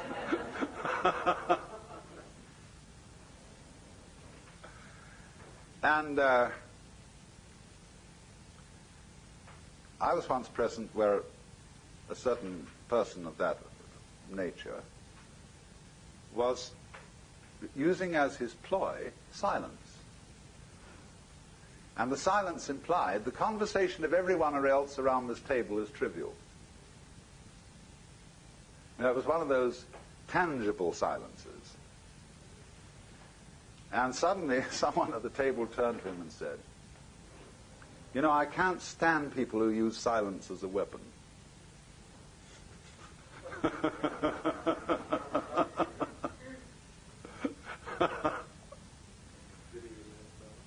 No, a conversation then started.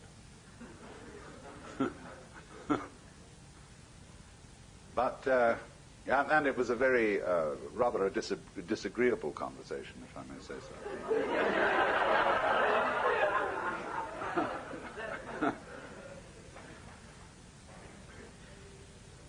So, there is, you see, always the response to psychological attack, an invasion of privacy, as Allen Ginsberg does it. If anybody presses on him too hard, he'll strip naked. And if anybody challenges him to fight, he said, "All right, you challenge me, I choose the weapons. Who's going to undress first?"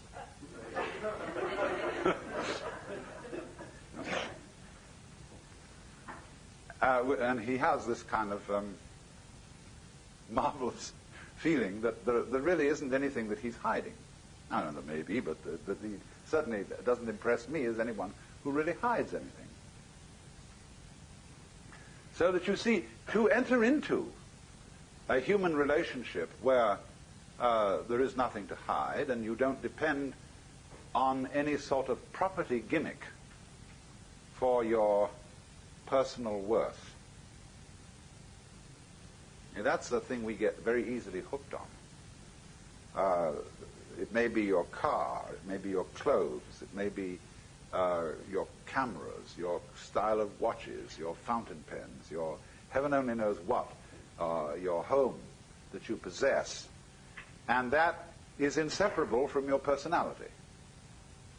And you can't be you if you're stark naked. So the confrontation of people in an atmosphere of physical or spiritual nakedness is one where many individuals seem they have completely lost because they can't play their accustomed role.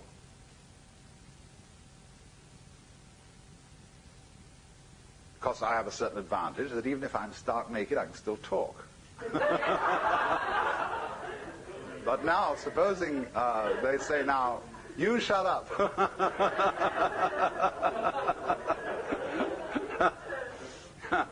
Don't defend yourself with language. See? That's like taking off an extra set of clothes. But as I say, there's a certain kind of individual whom this doesn't faze at all. Because he knew from the beginning that he was nothing. And nobody. And of course that's a very important thing to know, because you have nothing to lose. He who sleeps on the floor will not fall out of bed, and he who has nothing to lose has really no fear, either of the loss of his property, his propriety, or his privacy. But there are other people who, in this situation of the loss of privacy, are completely degraded. The way, for example, we systematically deprive privacy from the intimate inmates of prisons and mental hospitals. go into a mental hospital. All the Johns are completely exposed. Everything is smooth walls. There are no corners. There are no secrets. Everybody's sort of herded around, and they all look the same, put in the same uniform, have the same haircut, and also in the army, in the Marine boot camps. The first thing is to degrade the individual ritually so that he has no privacy. And to see what happens to him if you do that. Now you may, the result of this is that you may brainwash him completely and make him nothing more than an obedient tool of the system. And in this case, you see what you've got. You're back again to monarchical politics.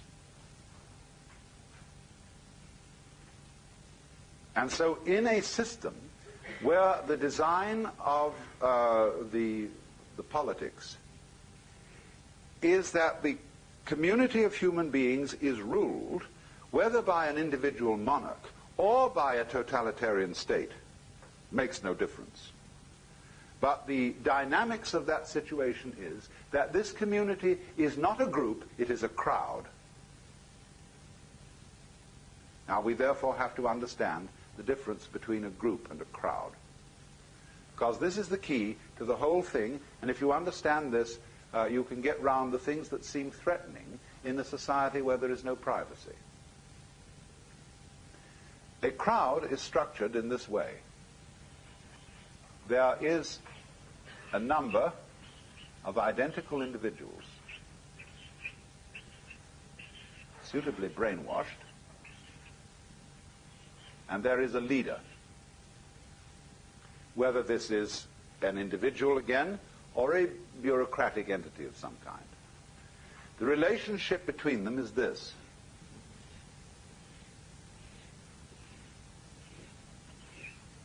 In other words, the line of communication is from the individual to the leader. And they're not really in communication with each other at all. Except insofar they may communicate with each other, but this controls the nature of their communication. So in other words, when a politician speaks to an enormous audience, what he sets up is a crowd. Because the audience are individuals who don't know each other. They're just people. They're just heads or hands. And so the leader really communicates with them, and they can't answer back. Unless they do so as a group. Sieg Heil! You know? Then they answer back. But all as a collective. Because along the lines of this kind of communication, supposing I talk to 1,000 people over the radio, and they all send me back letters, well, I can't read them, much less answer them. There isn't time. So this is a strictly one-way communication. Now then, let's look in contrast to that, to the design of a group. We'll make it a circle again for convenience. Now, a group has no leader because it is itself an organism. And so the lines of communication run, first of all, like this.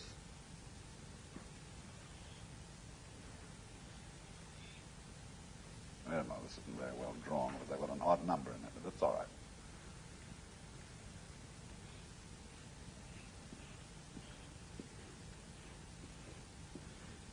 But they're much more complicated than that. They are also this.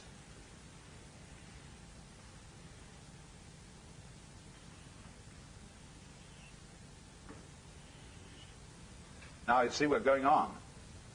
Let's go this one around. Who isn't he talking to yet? He isn't talking to that one. He isn't talking to this one. He isn't talking to this one. You see how, I'm not going to draw this, or it'll take forever. But the thing is that this sort of pattern is group communication. This sort of pattern is crowd communication. So an effective group, a true group of human beings is one in which there are enough people, or not too many people, so that they can all know each other and are in communication with each other. Now then you say, how do you relate that sort of a cell to the larger human group? Why, very simply. Every group appoints one cell to represent it. And that cell goes and joins a group of representative cells. And they have to be of adequate size for them all to be in touch with each other. And then if it's necessary to go higher than that and include a still greater number of collectivity of small cells, the representative group, representative sub 1, will elect representative sub 2 to go to a representative group of sub 2s. And in this method, which is the actual original design of the Republic of the United States, which of course has been completely overlooked, you get a hierarchy of cell structures where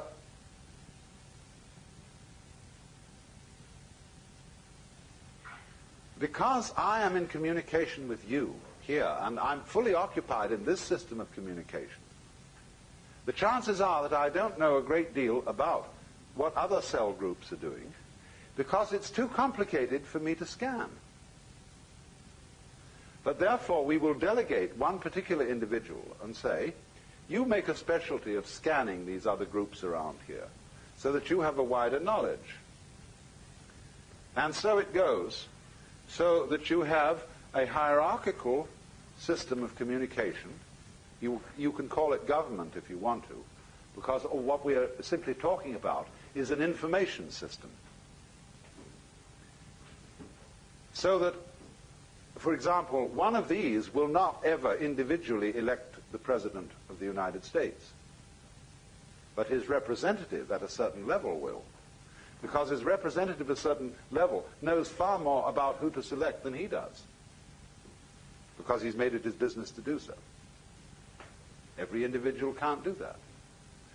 And so you will find that this is the system of direct representation used by all dictators.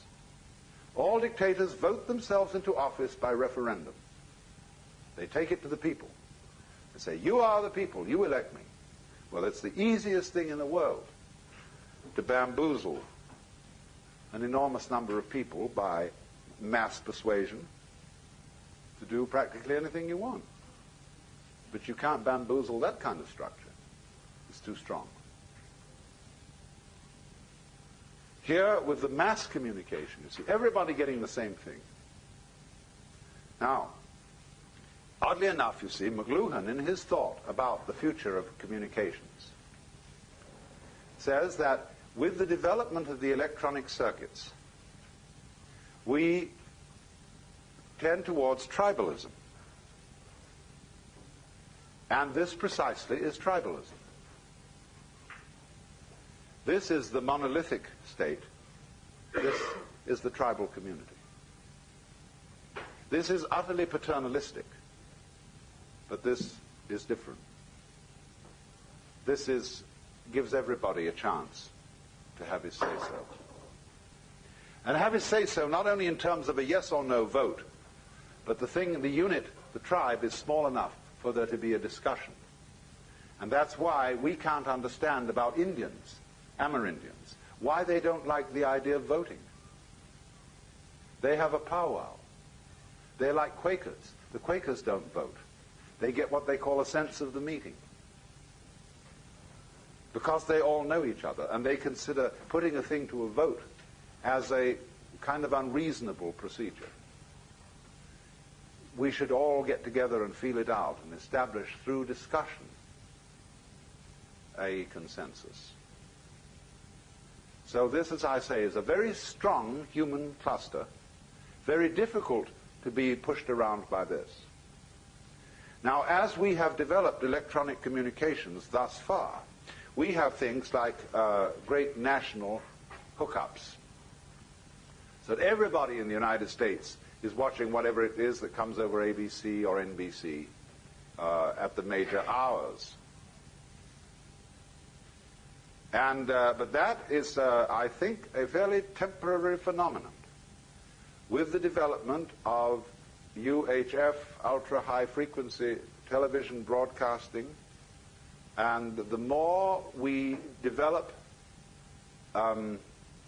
microelectric machinery, the greater the capacity for discrimination on the dial. See, as it is, you get a lot of interference, and therefore it cuts out the possibility of an innumerable cluster of stations. But as the technology becomes more perfect, you can receive an enormous number of different stations. And these stations will increasingly have machinery that makes them fairly simple to run. For example, with a videotape machine now made by Ampex costing $6,000 and a Sony television camera costing $250, you can produce a television show with only one technician. The average TV show produced in a studio requires 14 technicians to handle it. So as this happens, you see, it means that there can be an increasing variety of the kind of material that is presented through the electronic channels. And McLuhan adds to this a kind of strange point of view, which is that it really doesn't matter what kind of material is going over, because the message is not the content of the television show, but your exposure to and involvement in that kind of a medium. Well, there's something to this. That when you touch a person physically, which is a sort of a direct communication, you don't necessarily say anything. It is just the act of touching that may give the message or the massage of affection or love. And so people love to wander into the streets and mingle with a crowd of shoppers, especially a colorful crowd going back and forth, and the feeling of all the interesting people around and everything. They're not saying anything to each other in words, but this exciting feeling of being involved in this colorful goings-on. And so in the same way, when we are plugged in, if not turned on, to a huge in and outing of human communication, we feel very like an old Italian peasant lady leaning on the windowsill and gazing at the busy street, watching life flow by.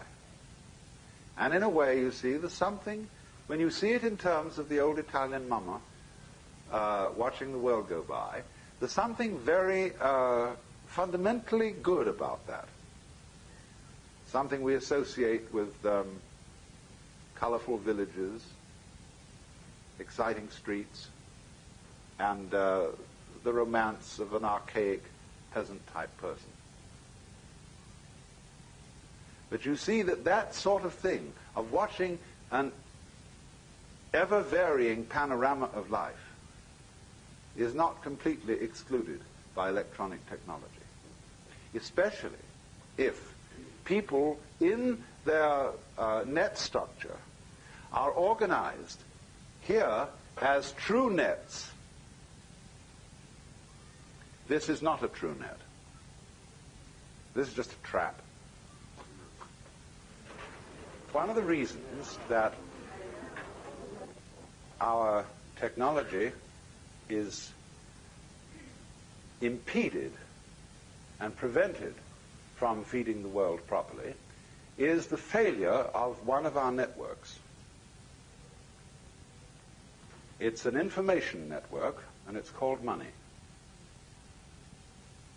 about which we have the most unbelievable superstitions and psychological blocks, which have been gone into at some length by Freud, who equates our valuation of money with our attitude to excrement, and a very complicated lot of complexes grow up around that.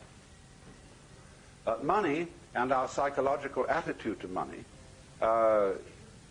is a major obstacle to a proper development of technology, enabling it to do what it is supposed to do, that is, to save labor and to produce goods, services, and so on adequately. So I must introduce this with a story which is entirely legendary, indeed quite apocryphal. The great banks of the world at one time got absolutely sick of the expense and security measures involved in shipping consignments of gold from one bank to another. And so they decided that all the chief banks of the world would open offices on a certain island in the South Pacific, which was balmy and comfortable. And there they would store all the gold in the world. And they put it in great subterranean vaults reached by deep elevator shafts.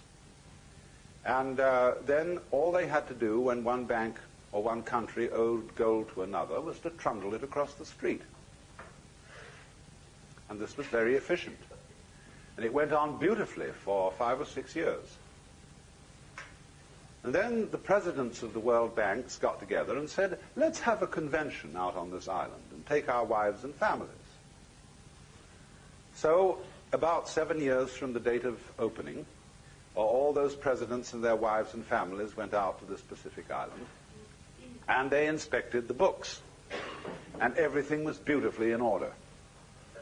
Then the children said, oh, Daddy, can't we see the gold? They said, of course you may see the gold. And they said to the managers, let's take our children down to the vaults and show them the gold. And the managers said, well, it's a little bit inconvenient at this time, and perhaps the children would not really be very interested. After all, it's just only old plain gold. And the president said, oh, no, come now. They'd be thrilled. Let's go down and see. And there was further humming and hawing and delays. And finally it came out that a few years before there had been a catastrophic subterranean earthquake. And all the vaults had been swallowed up and all the gold had disappeared. But so far as the bookkeeping was concerned, everything was in perfect order.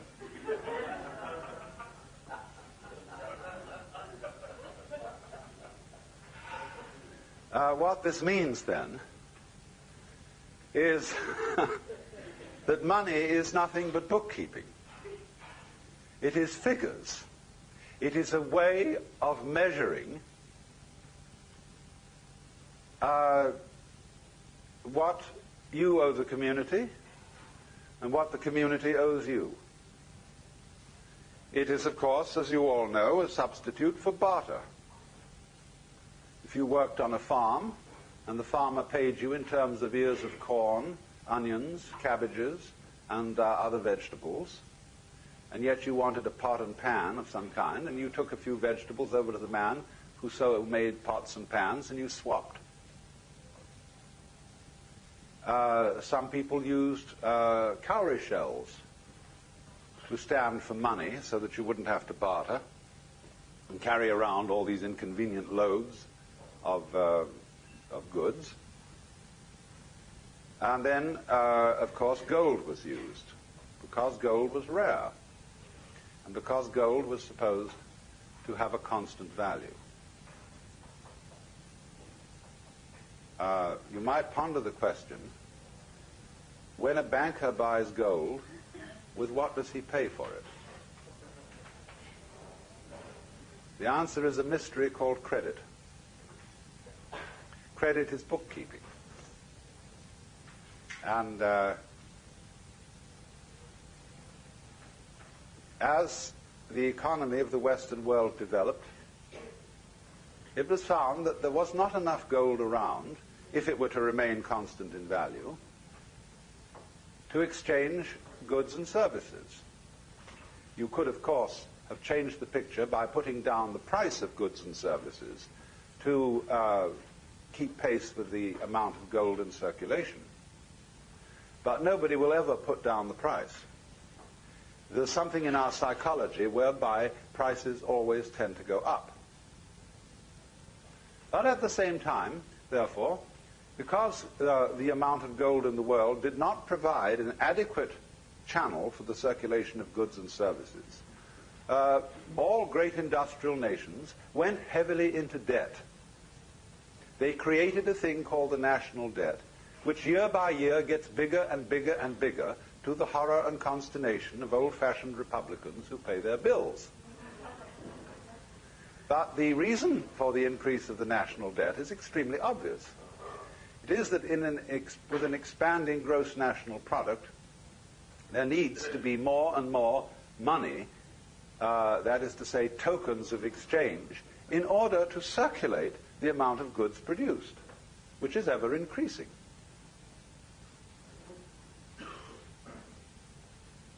Now, I'm not an economist, and I can refer you to the work of those who really are. But any fool can see certain extremely fundamental principles about this whole situation. And I'm speaking of the thought today of a man called Robert Theobald, who sort of ties in with the general picture of people like McLuhan and Buckminster Fuller, in having very far-out thoughts and very adventurous thoughts about what we should do about money. But he is in the following of a man like Frederick Soddy, who was a Nobel Prize chemist, who was one of the first people to think really freshly about economics, or people like Silvio Gesell in Austria and Major Douglas in England. He's in that following. And the proposition that he puts forward is very simple. That money is a circulation of information, and in itself has no value. Gold, of course, has some value. It has some value for industry, and some value for dentistry, and some value for jewelry.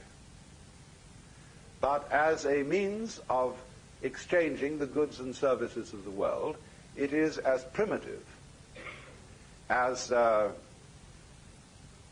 post horses for carrying the mail.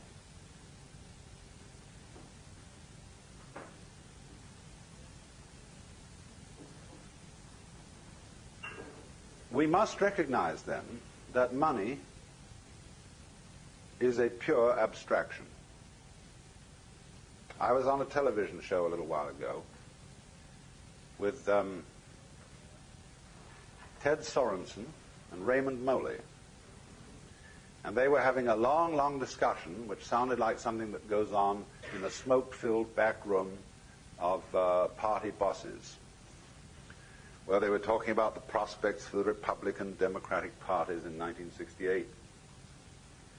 And then they got on to the question of automation and the problems of unemployment that it was making and the difficulties of transferring workers from this to that when they were only trained for this. Finally, I said, the trouble with you gentlemen is you still think money is real. And they looked at me and sort of said, oh, someone who doesn't think money is real, because everybody knows money is money and it's very important. But it just isn't real at all, because it has the same relationship to real wealth, that is to say, to actual goods and services, that words have to meaning, that words have to the physical world. And as words are not the physical world, money is not wealth. It only is an accounting of available energy, economic energy.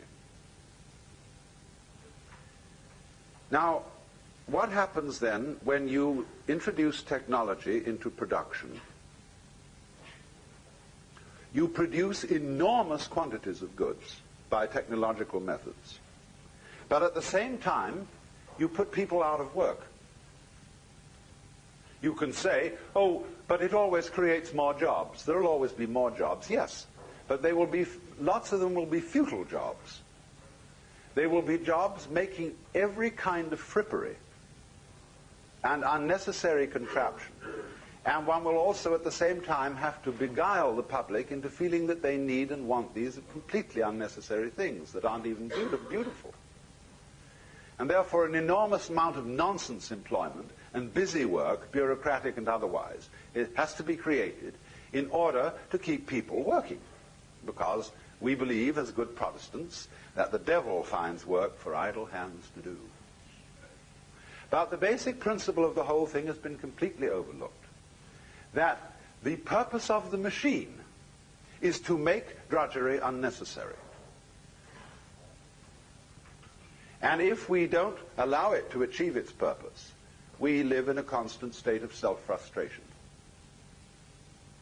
So then, if a given manufacturer automates his plant and dismisses his labor force, and they have to operate on a very much diminished income, say some sort of dole,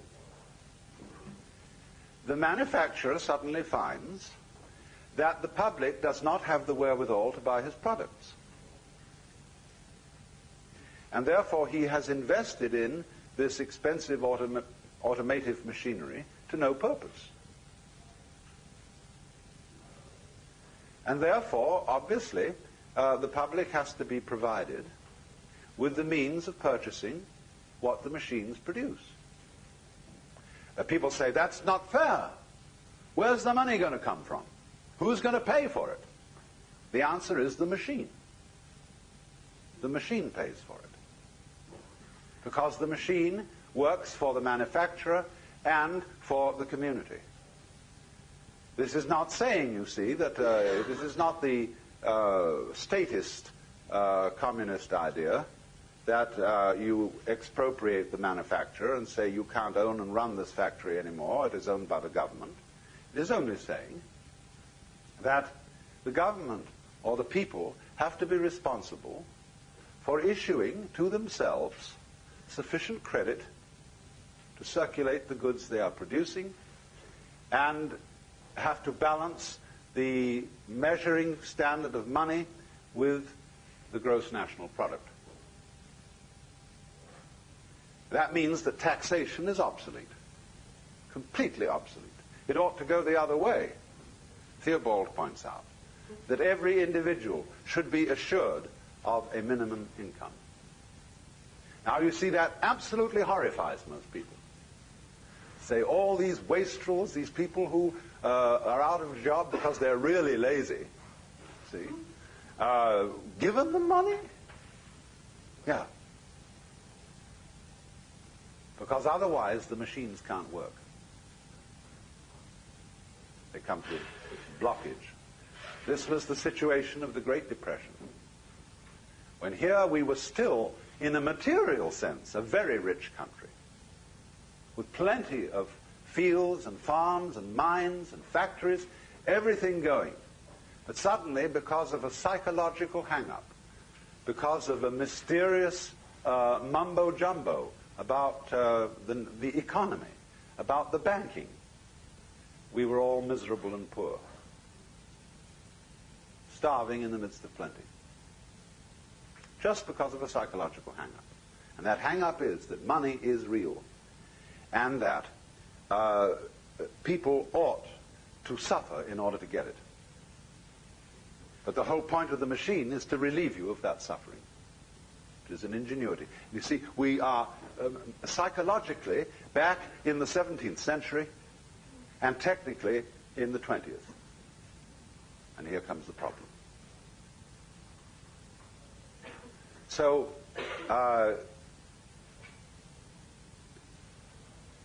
what we have to find out how to do is to change the psychological attitude to money and to wealth, and furthermore to pleasure, and furthermore to the nature of work. And this is a formidable problem. It requires the best brains in public relations, in propaganda, in all that kind of thing, in all the media, television, radio, newspapers, everything, to try to get across a message to the vast general public about what money is. You see, the difficulty is this. When the public suspects that the money that is being issued, the dollar bills being issued by the government, are only paper and stand only for paper, they start putting up prices. So you get an inflationary situation where the more paper money there is, the higher and higher and higher the prices go, which is a very stupid psychological maneuver. And people have to be persuaded. The least effective way of persuading people is passing laws, but they have to be persuaded somehow not to put up the prices, but to play fair with each other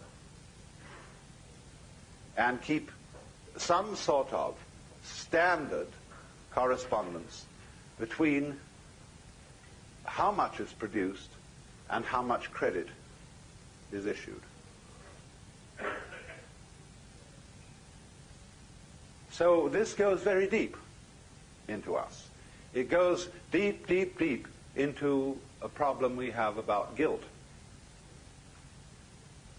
I wonder often if there's any relationship between guilt and gold.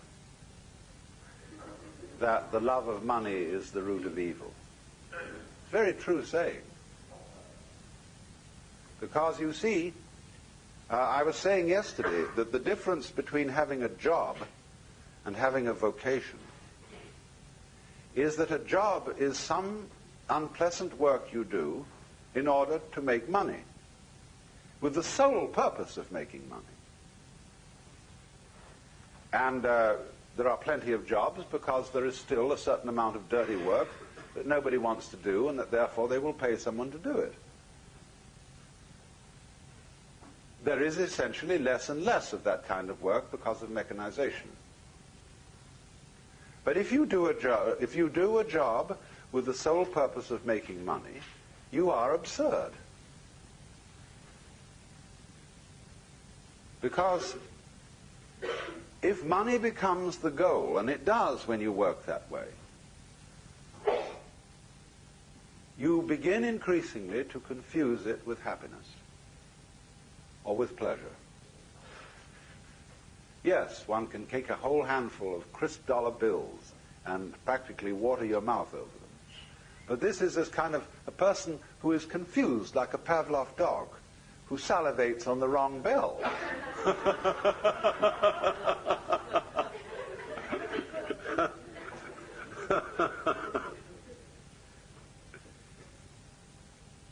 It goes back, you see, to the ancient guilt that if you don't work, you have no right to eat. That if there are others in the world who don't have enough to eat, you shouldn't enjoy your dinner even though you have no possible means of conveying the food to them. And while it is true that we are all one human family, and that every individual involves every other individual, while it is true, therefore, we should do something about changing the situation, the one way of not doing anything about a situation is feeling guilty about it.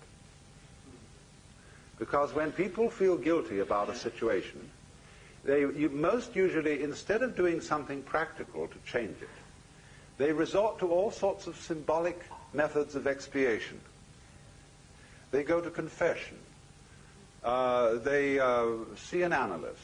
They do all kinds of things which will be ways of actually not doing anything about the problem, but feeling all right about it instead. And guilt invariably produces that sort of reaction. It is a destructive emotion. And instead, we need to have a different attitude to our mistakes and to our misdeeds. Walt Whitman always admired animals because they do not lie awake at night and weep for their sins. Our animals are practical in the real sense, as are children who haven't been taught this extraordinary hang-up of guilt. Because if you have done something wrong and you have made a mistake, and somebody makes you ashamed of it and guilty, you run around licking the sores of your wounded ego because you feel your pride has been hurt. The first thing to understand is that it is not a serious failing in a human being to make mistakes. Everybody has to make mistakes. There is no way out of it. You can't learn anything unless you make mistakes. We find, for example, in Japan, the Japanese have a terrible hang-up about making mistakes. They, therefore, never have the courage to practice their English properly. They've had 7 years of English in school, most of it very, very badly taught, and it's irrelevant English. They learn all about Shakespeare and Dickens and Thackeray and Thomas Hardy and so on, and therefore they can't carry on an everyday conversation. It's like the way the English study French, all about pens of gardeners' aunts and things like that. And but they are ashamed to try out their English unless drunk. So if you want to get into conversation with the Japanese in English, you have to go to bars. And then they say university students and so on there will loosen up and talk. Because they no longer have the inhibition, the shame of saying the wrong thing. So likewise, I know a very great anthropologist who was taught music, playing the piano in the same way I was. When I was taught music, the school mom who taught me used to put an India rubber, an eraser it's called in this country, on the top of each hand so that I would have my hands in good posture. And every time I'd play a wrong note, she'd hit my fingers with a pencil. And this great anthropologist had had a similar sort of musical education.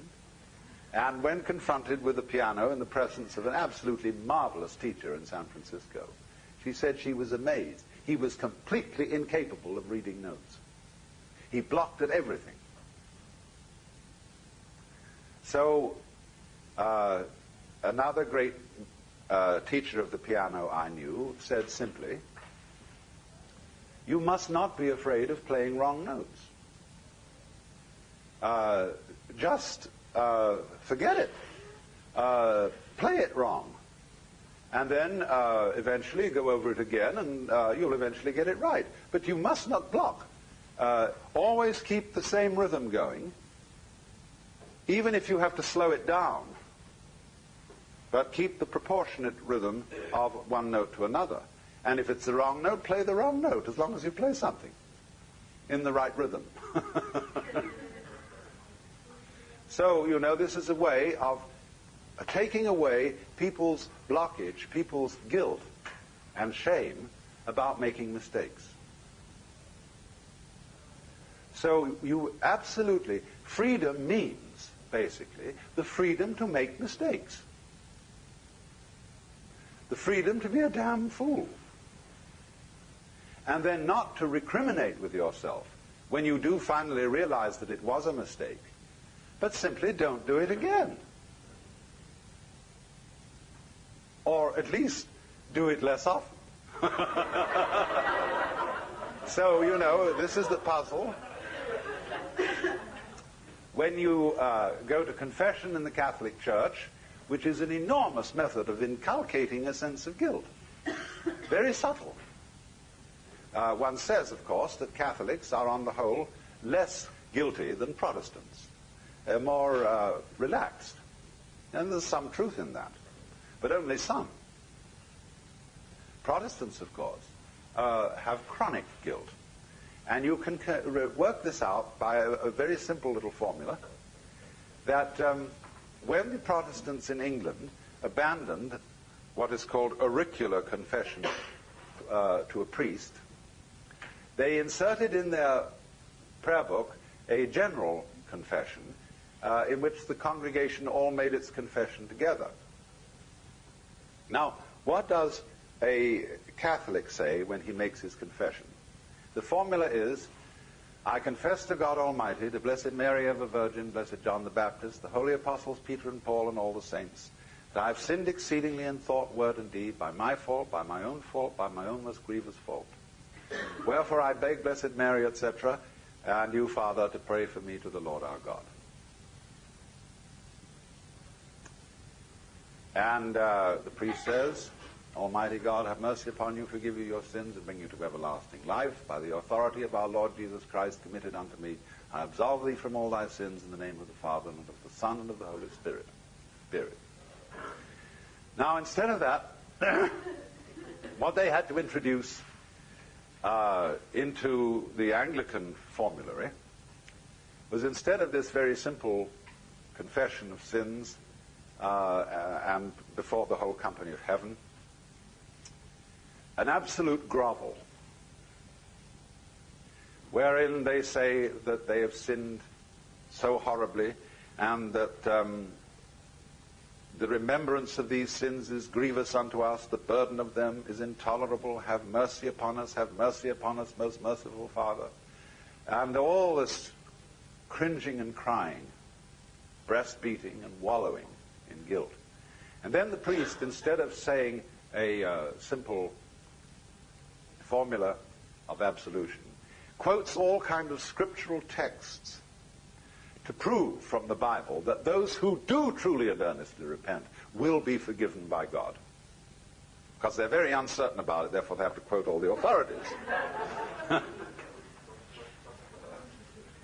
And this absolutely groveling form of confession replaces the old one, because they were a little bit scared about abandoning direct confession of sins to the priest. But now, going back to the Catholic problem about guilt,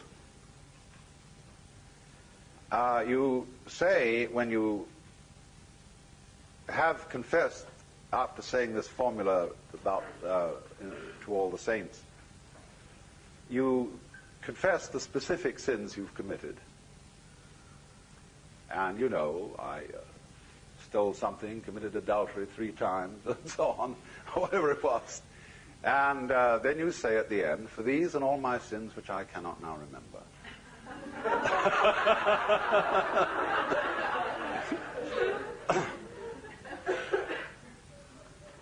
I firmly purpose amendment and humbly ask pardon of God and of you, Father, absolution.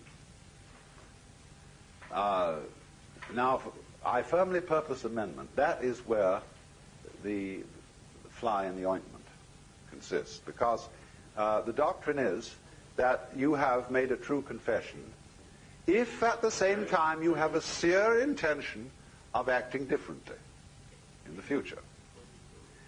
Now, no sensitive Catholic can say that without having grave doubts as to whether actually he isn't going to do some of these things again. So if you're a workaday Catholic, like a Mexican peasant or something like that, you know that the confession is just a safety valve. You're going to go on living just as lackadaisically as ever, but you go to church every so often and you get rid of the guilt and the evil. It's like going to the bathroom. But when you get thoughtful about these things, and you wonder whether you do really mean what you say, whether your motive is pure and your intention is right, you get into a frightful hang-up. So you see how this idea of somehow there is a book kept somewhere, God's black book, in which he writes down every mistake you made. And then at the day of judgment, there's going to be an accounting, see? And they're going to add up on one side and add up your good deeds on the other side and weigh them in St. Michael's balance. The Archangel Michael carries in one hand a balance and in the other hand a sword. He's the old sort of prototype of the figure of justice. And it's the good deeds against the evil deeds, as in the Egyptian Book of the Dead. You see the heart of the deceased weighed against the feather of truth. That's a little more profound than the good deeds against the bad deeds. You know, your heart has to be light as a feather. You mustn't be heavy-hearted.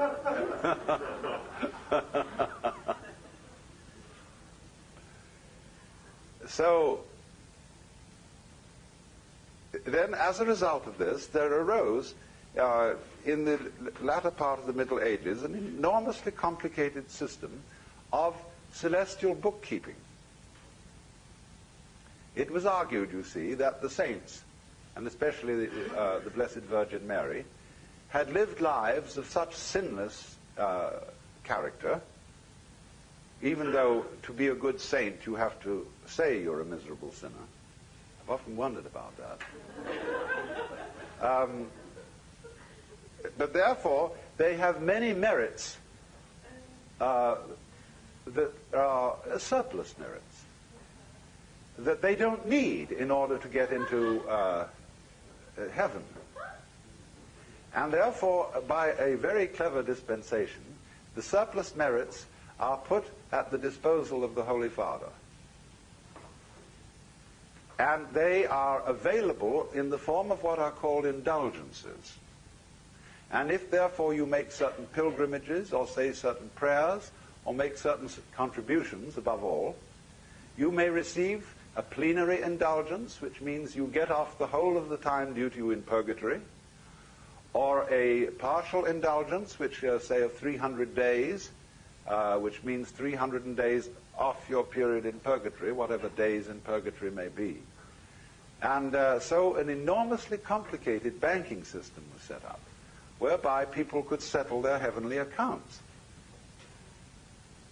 by using credit issued by the saints, who were, of course, producing surplus goods like machines.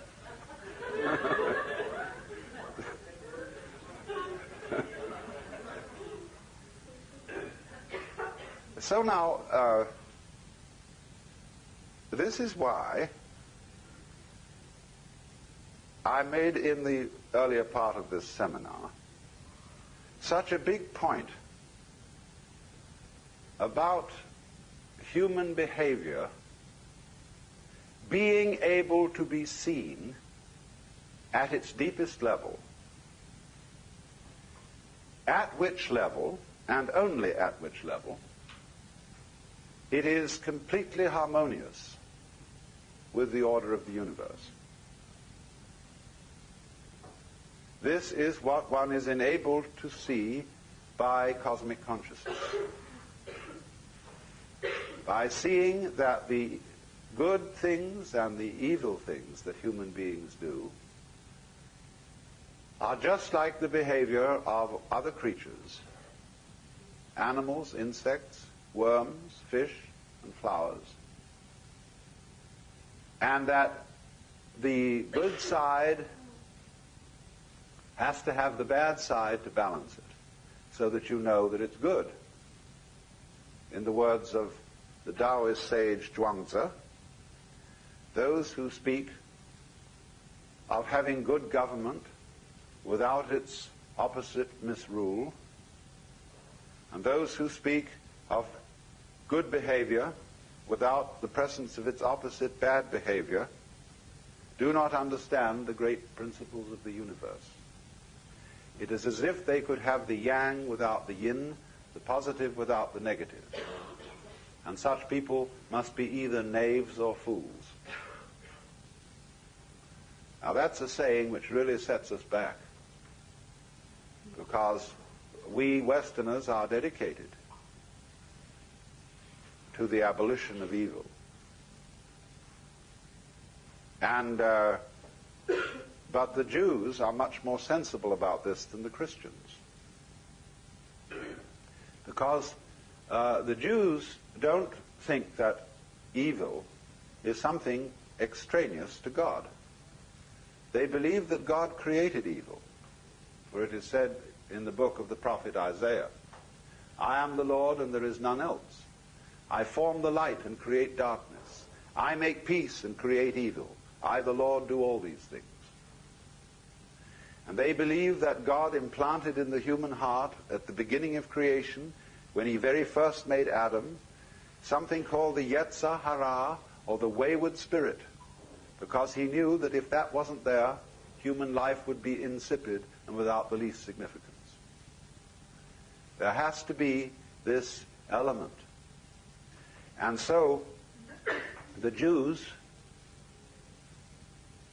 say, yes, God is responsible for evil, but he put it in us so that we could have something to fight against.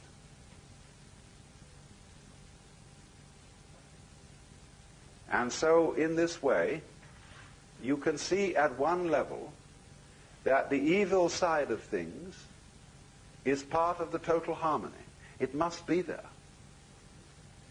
But that the function of its being there is to give you something to chew on, to work at. You will never get rid of it, but the joy of life is being in the process of getting rid of it.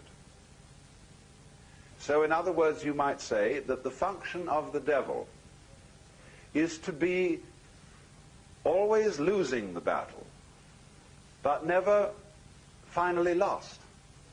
And the function of the good side is to be always winning the battle, but never to be the victor. And by this means, the pot is kept boiling, interest is kept up, and everything is kept moving. So that, of course, if we solve certain economic problems, for example, and we have a world where people are not committed to drudgery, we shall discover social evil in some new form.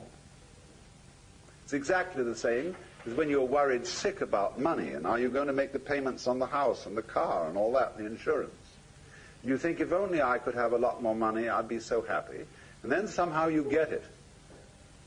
And for a few days you're ecstatic and walking on air. Then you suddenly realize that you might get sick. Or that someone, the government or burglars or something, might take your money away from you. And you start worrying about that with just the same intensity as you had formerly worried about not having enough money.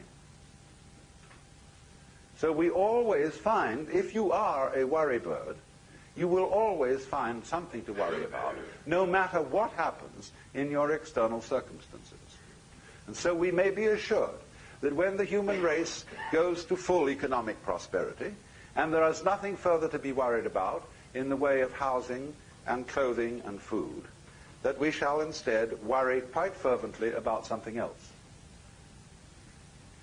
Because you see, we are always really in the same place. This is the basic understanding of relativity.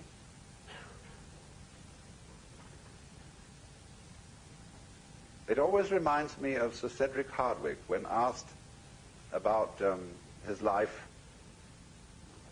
He died just a little while ago, and he lived therefore across the centuries.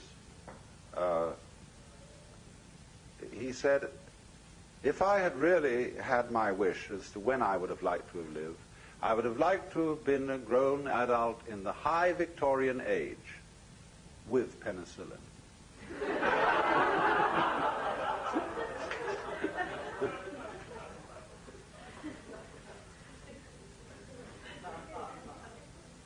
Now, those of us, therefore, who remember from childhood the abominable dentistry of the British, are very thankful indeed for American dentistry.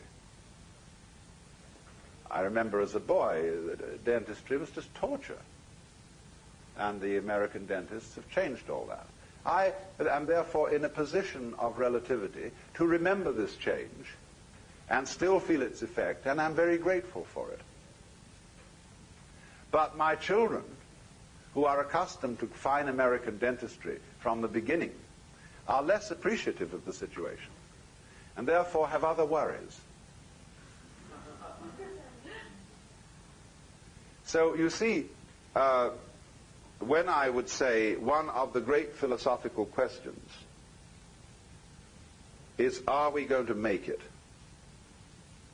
That all beings at every scale whatsoever, from the angels and gods at the very highest development of evolution, down to the most obscure little creepy crawlies, all feel about life the same way.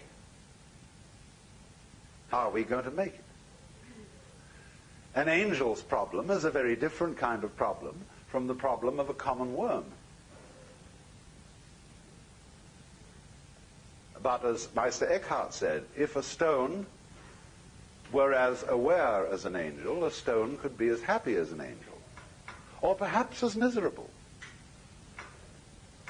It is said in the holy texts of Christianity that there are occasions upon which the angels weep. What sort of thing would make an angel weep? You see? Ooh. So you see, the problem of life, at every level of evolution in the whole thing, it's always the same. Plus ça change, plus c'est la même chose. The more it changes, the more it's the same thing. Because everybody's really in the same situation. The great dare. Are we going to make it? Because this is the situation of the cosmos. The cosmos, when the Hindus say God is playing hide and seek with himself, and every now and then the Brahman, the supreme self, deliberately falls into the illusion of Maya and pretends that he's all of us. Well, that's God also saying, how far out can I get next time round? There, am I going to make it? And therefore thinks up some fantastic way of getting lost. We are one of these ways, you see. And creates the horrors and the shudders and the most appalling situations, in each one of which says, am I going to make it? And the answer is no, you're not going to make it.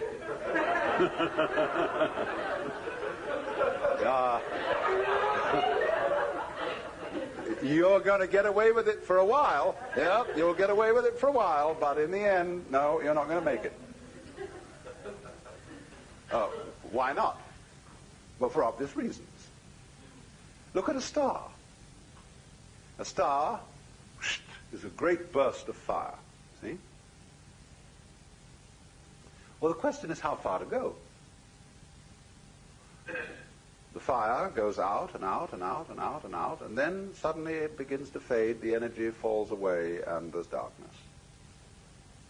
Unless something is there to reflect the more tenuous form of the fire, which is light, that is being thrown out to immense distances. But eventually light gives up.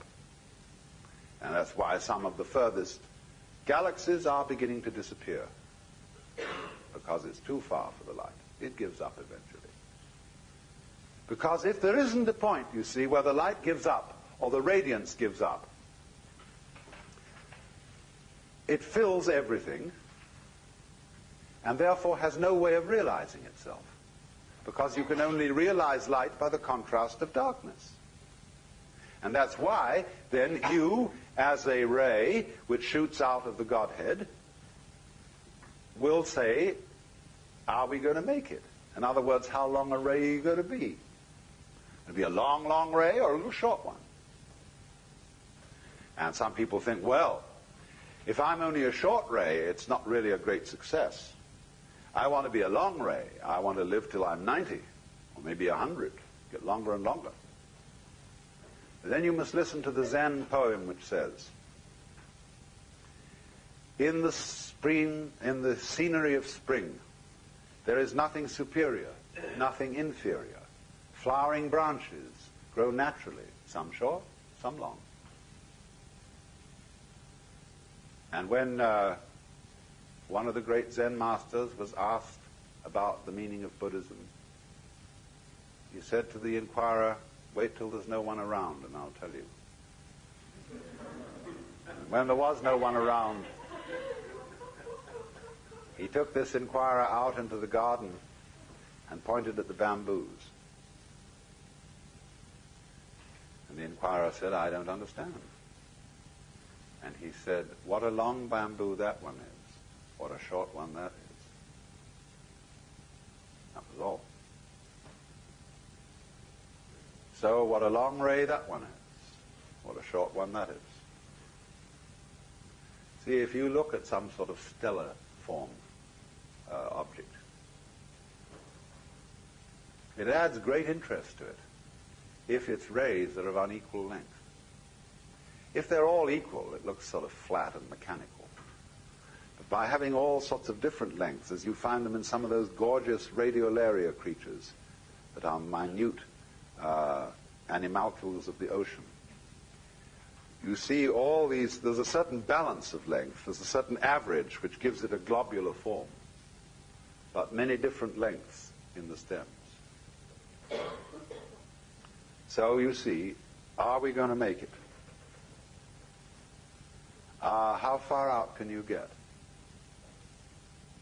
This is always the question. But then you're not going to make it at a certain point. The ray finishes, and we call that death.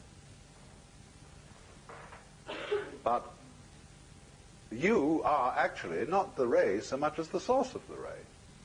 That's where you are really. And the source doesn't vanish. You see, the source is there always. But it's shooting out, shooting out, shooting out, and then vanishing.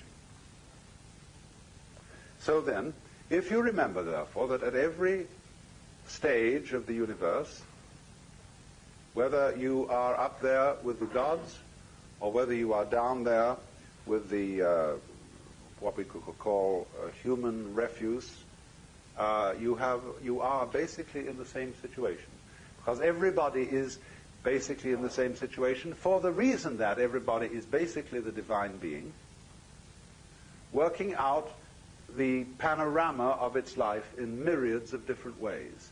And these differences of ways require spectra of many kinds. There's the spectrum of color. There's the spectrum of tones.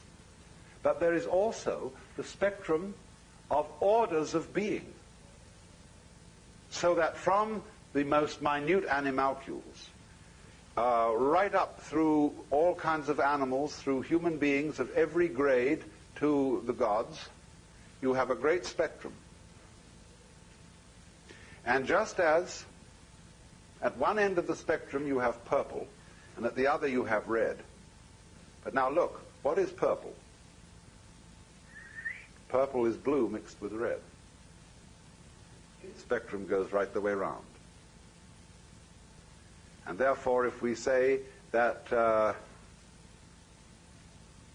you can begin any end you want to, but if we say that the purple end, like the deeps of the waters, are the very primitive forms of life, and the red, the most radiant, they are actually, if you see the spectrum as a circle, they join. So that when you get up, the only place to go is down.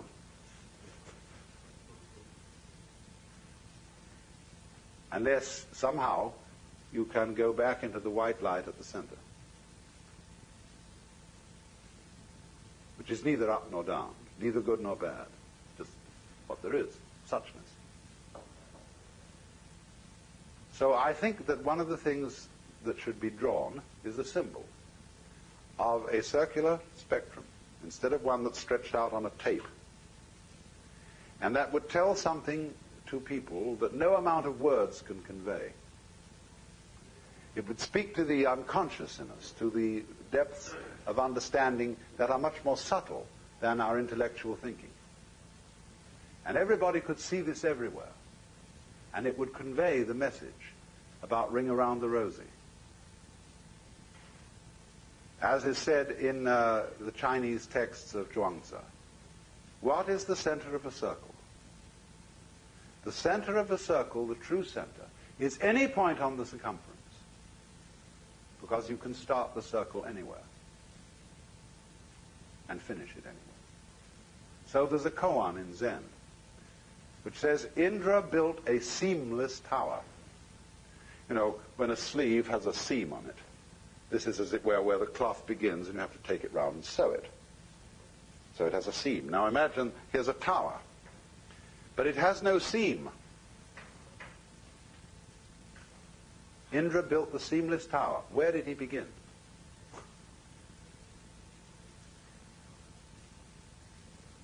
So in nature then, one has this seamless order where every point on it is central and therefore feels in the same situation, envying those above and pitying those below. And there is always a below. Maybe the most primitive animalcules imaginable have pity on the angels. So let's take an intermission.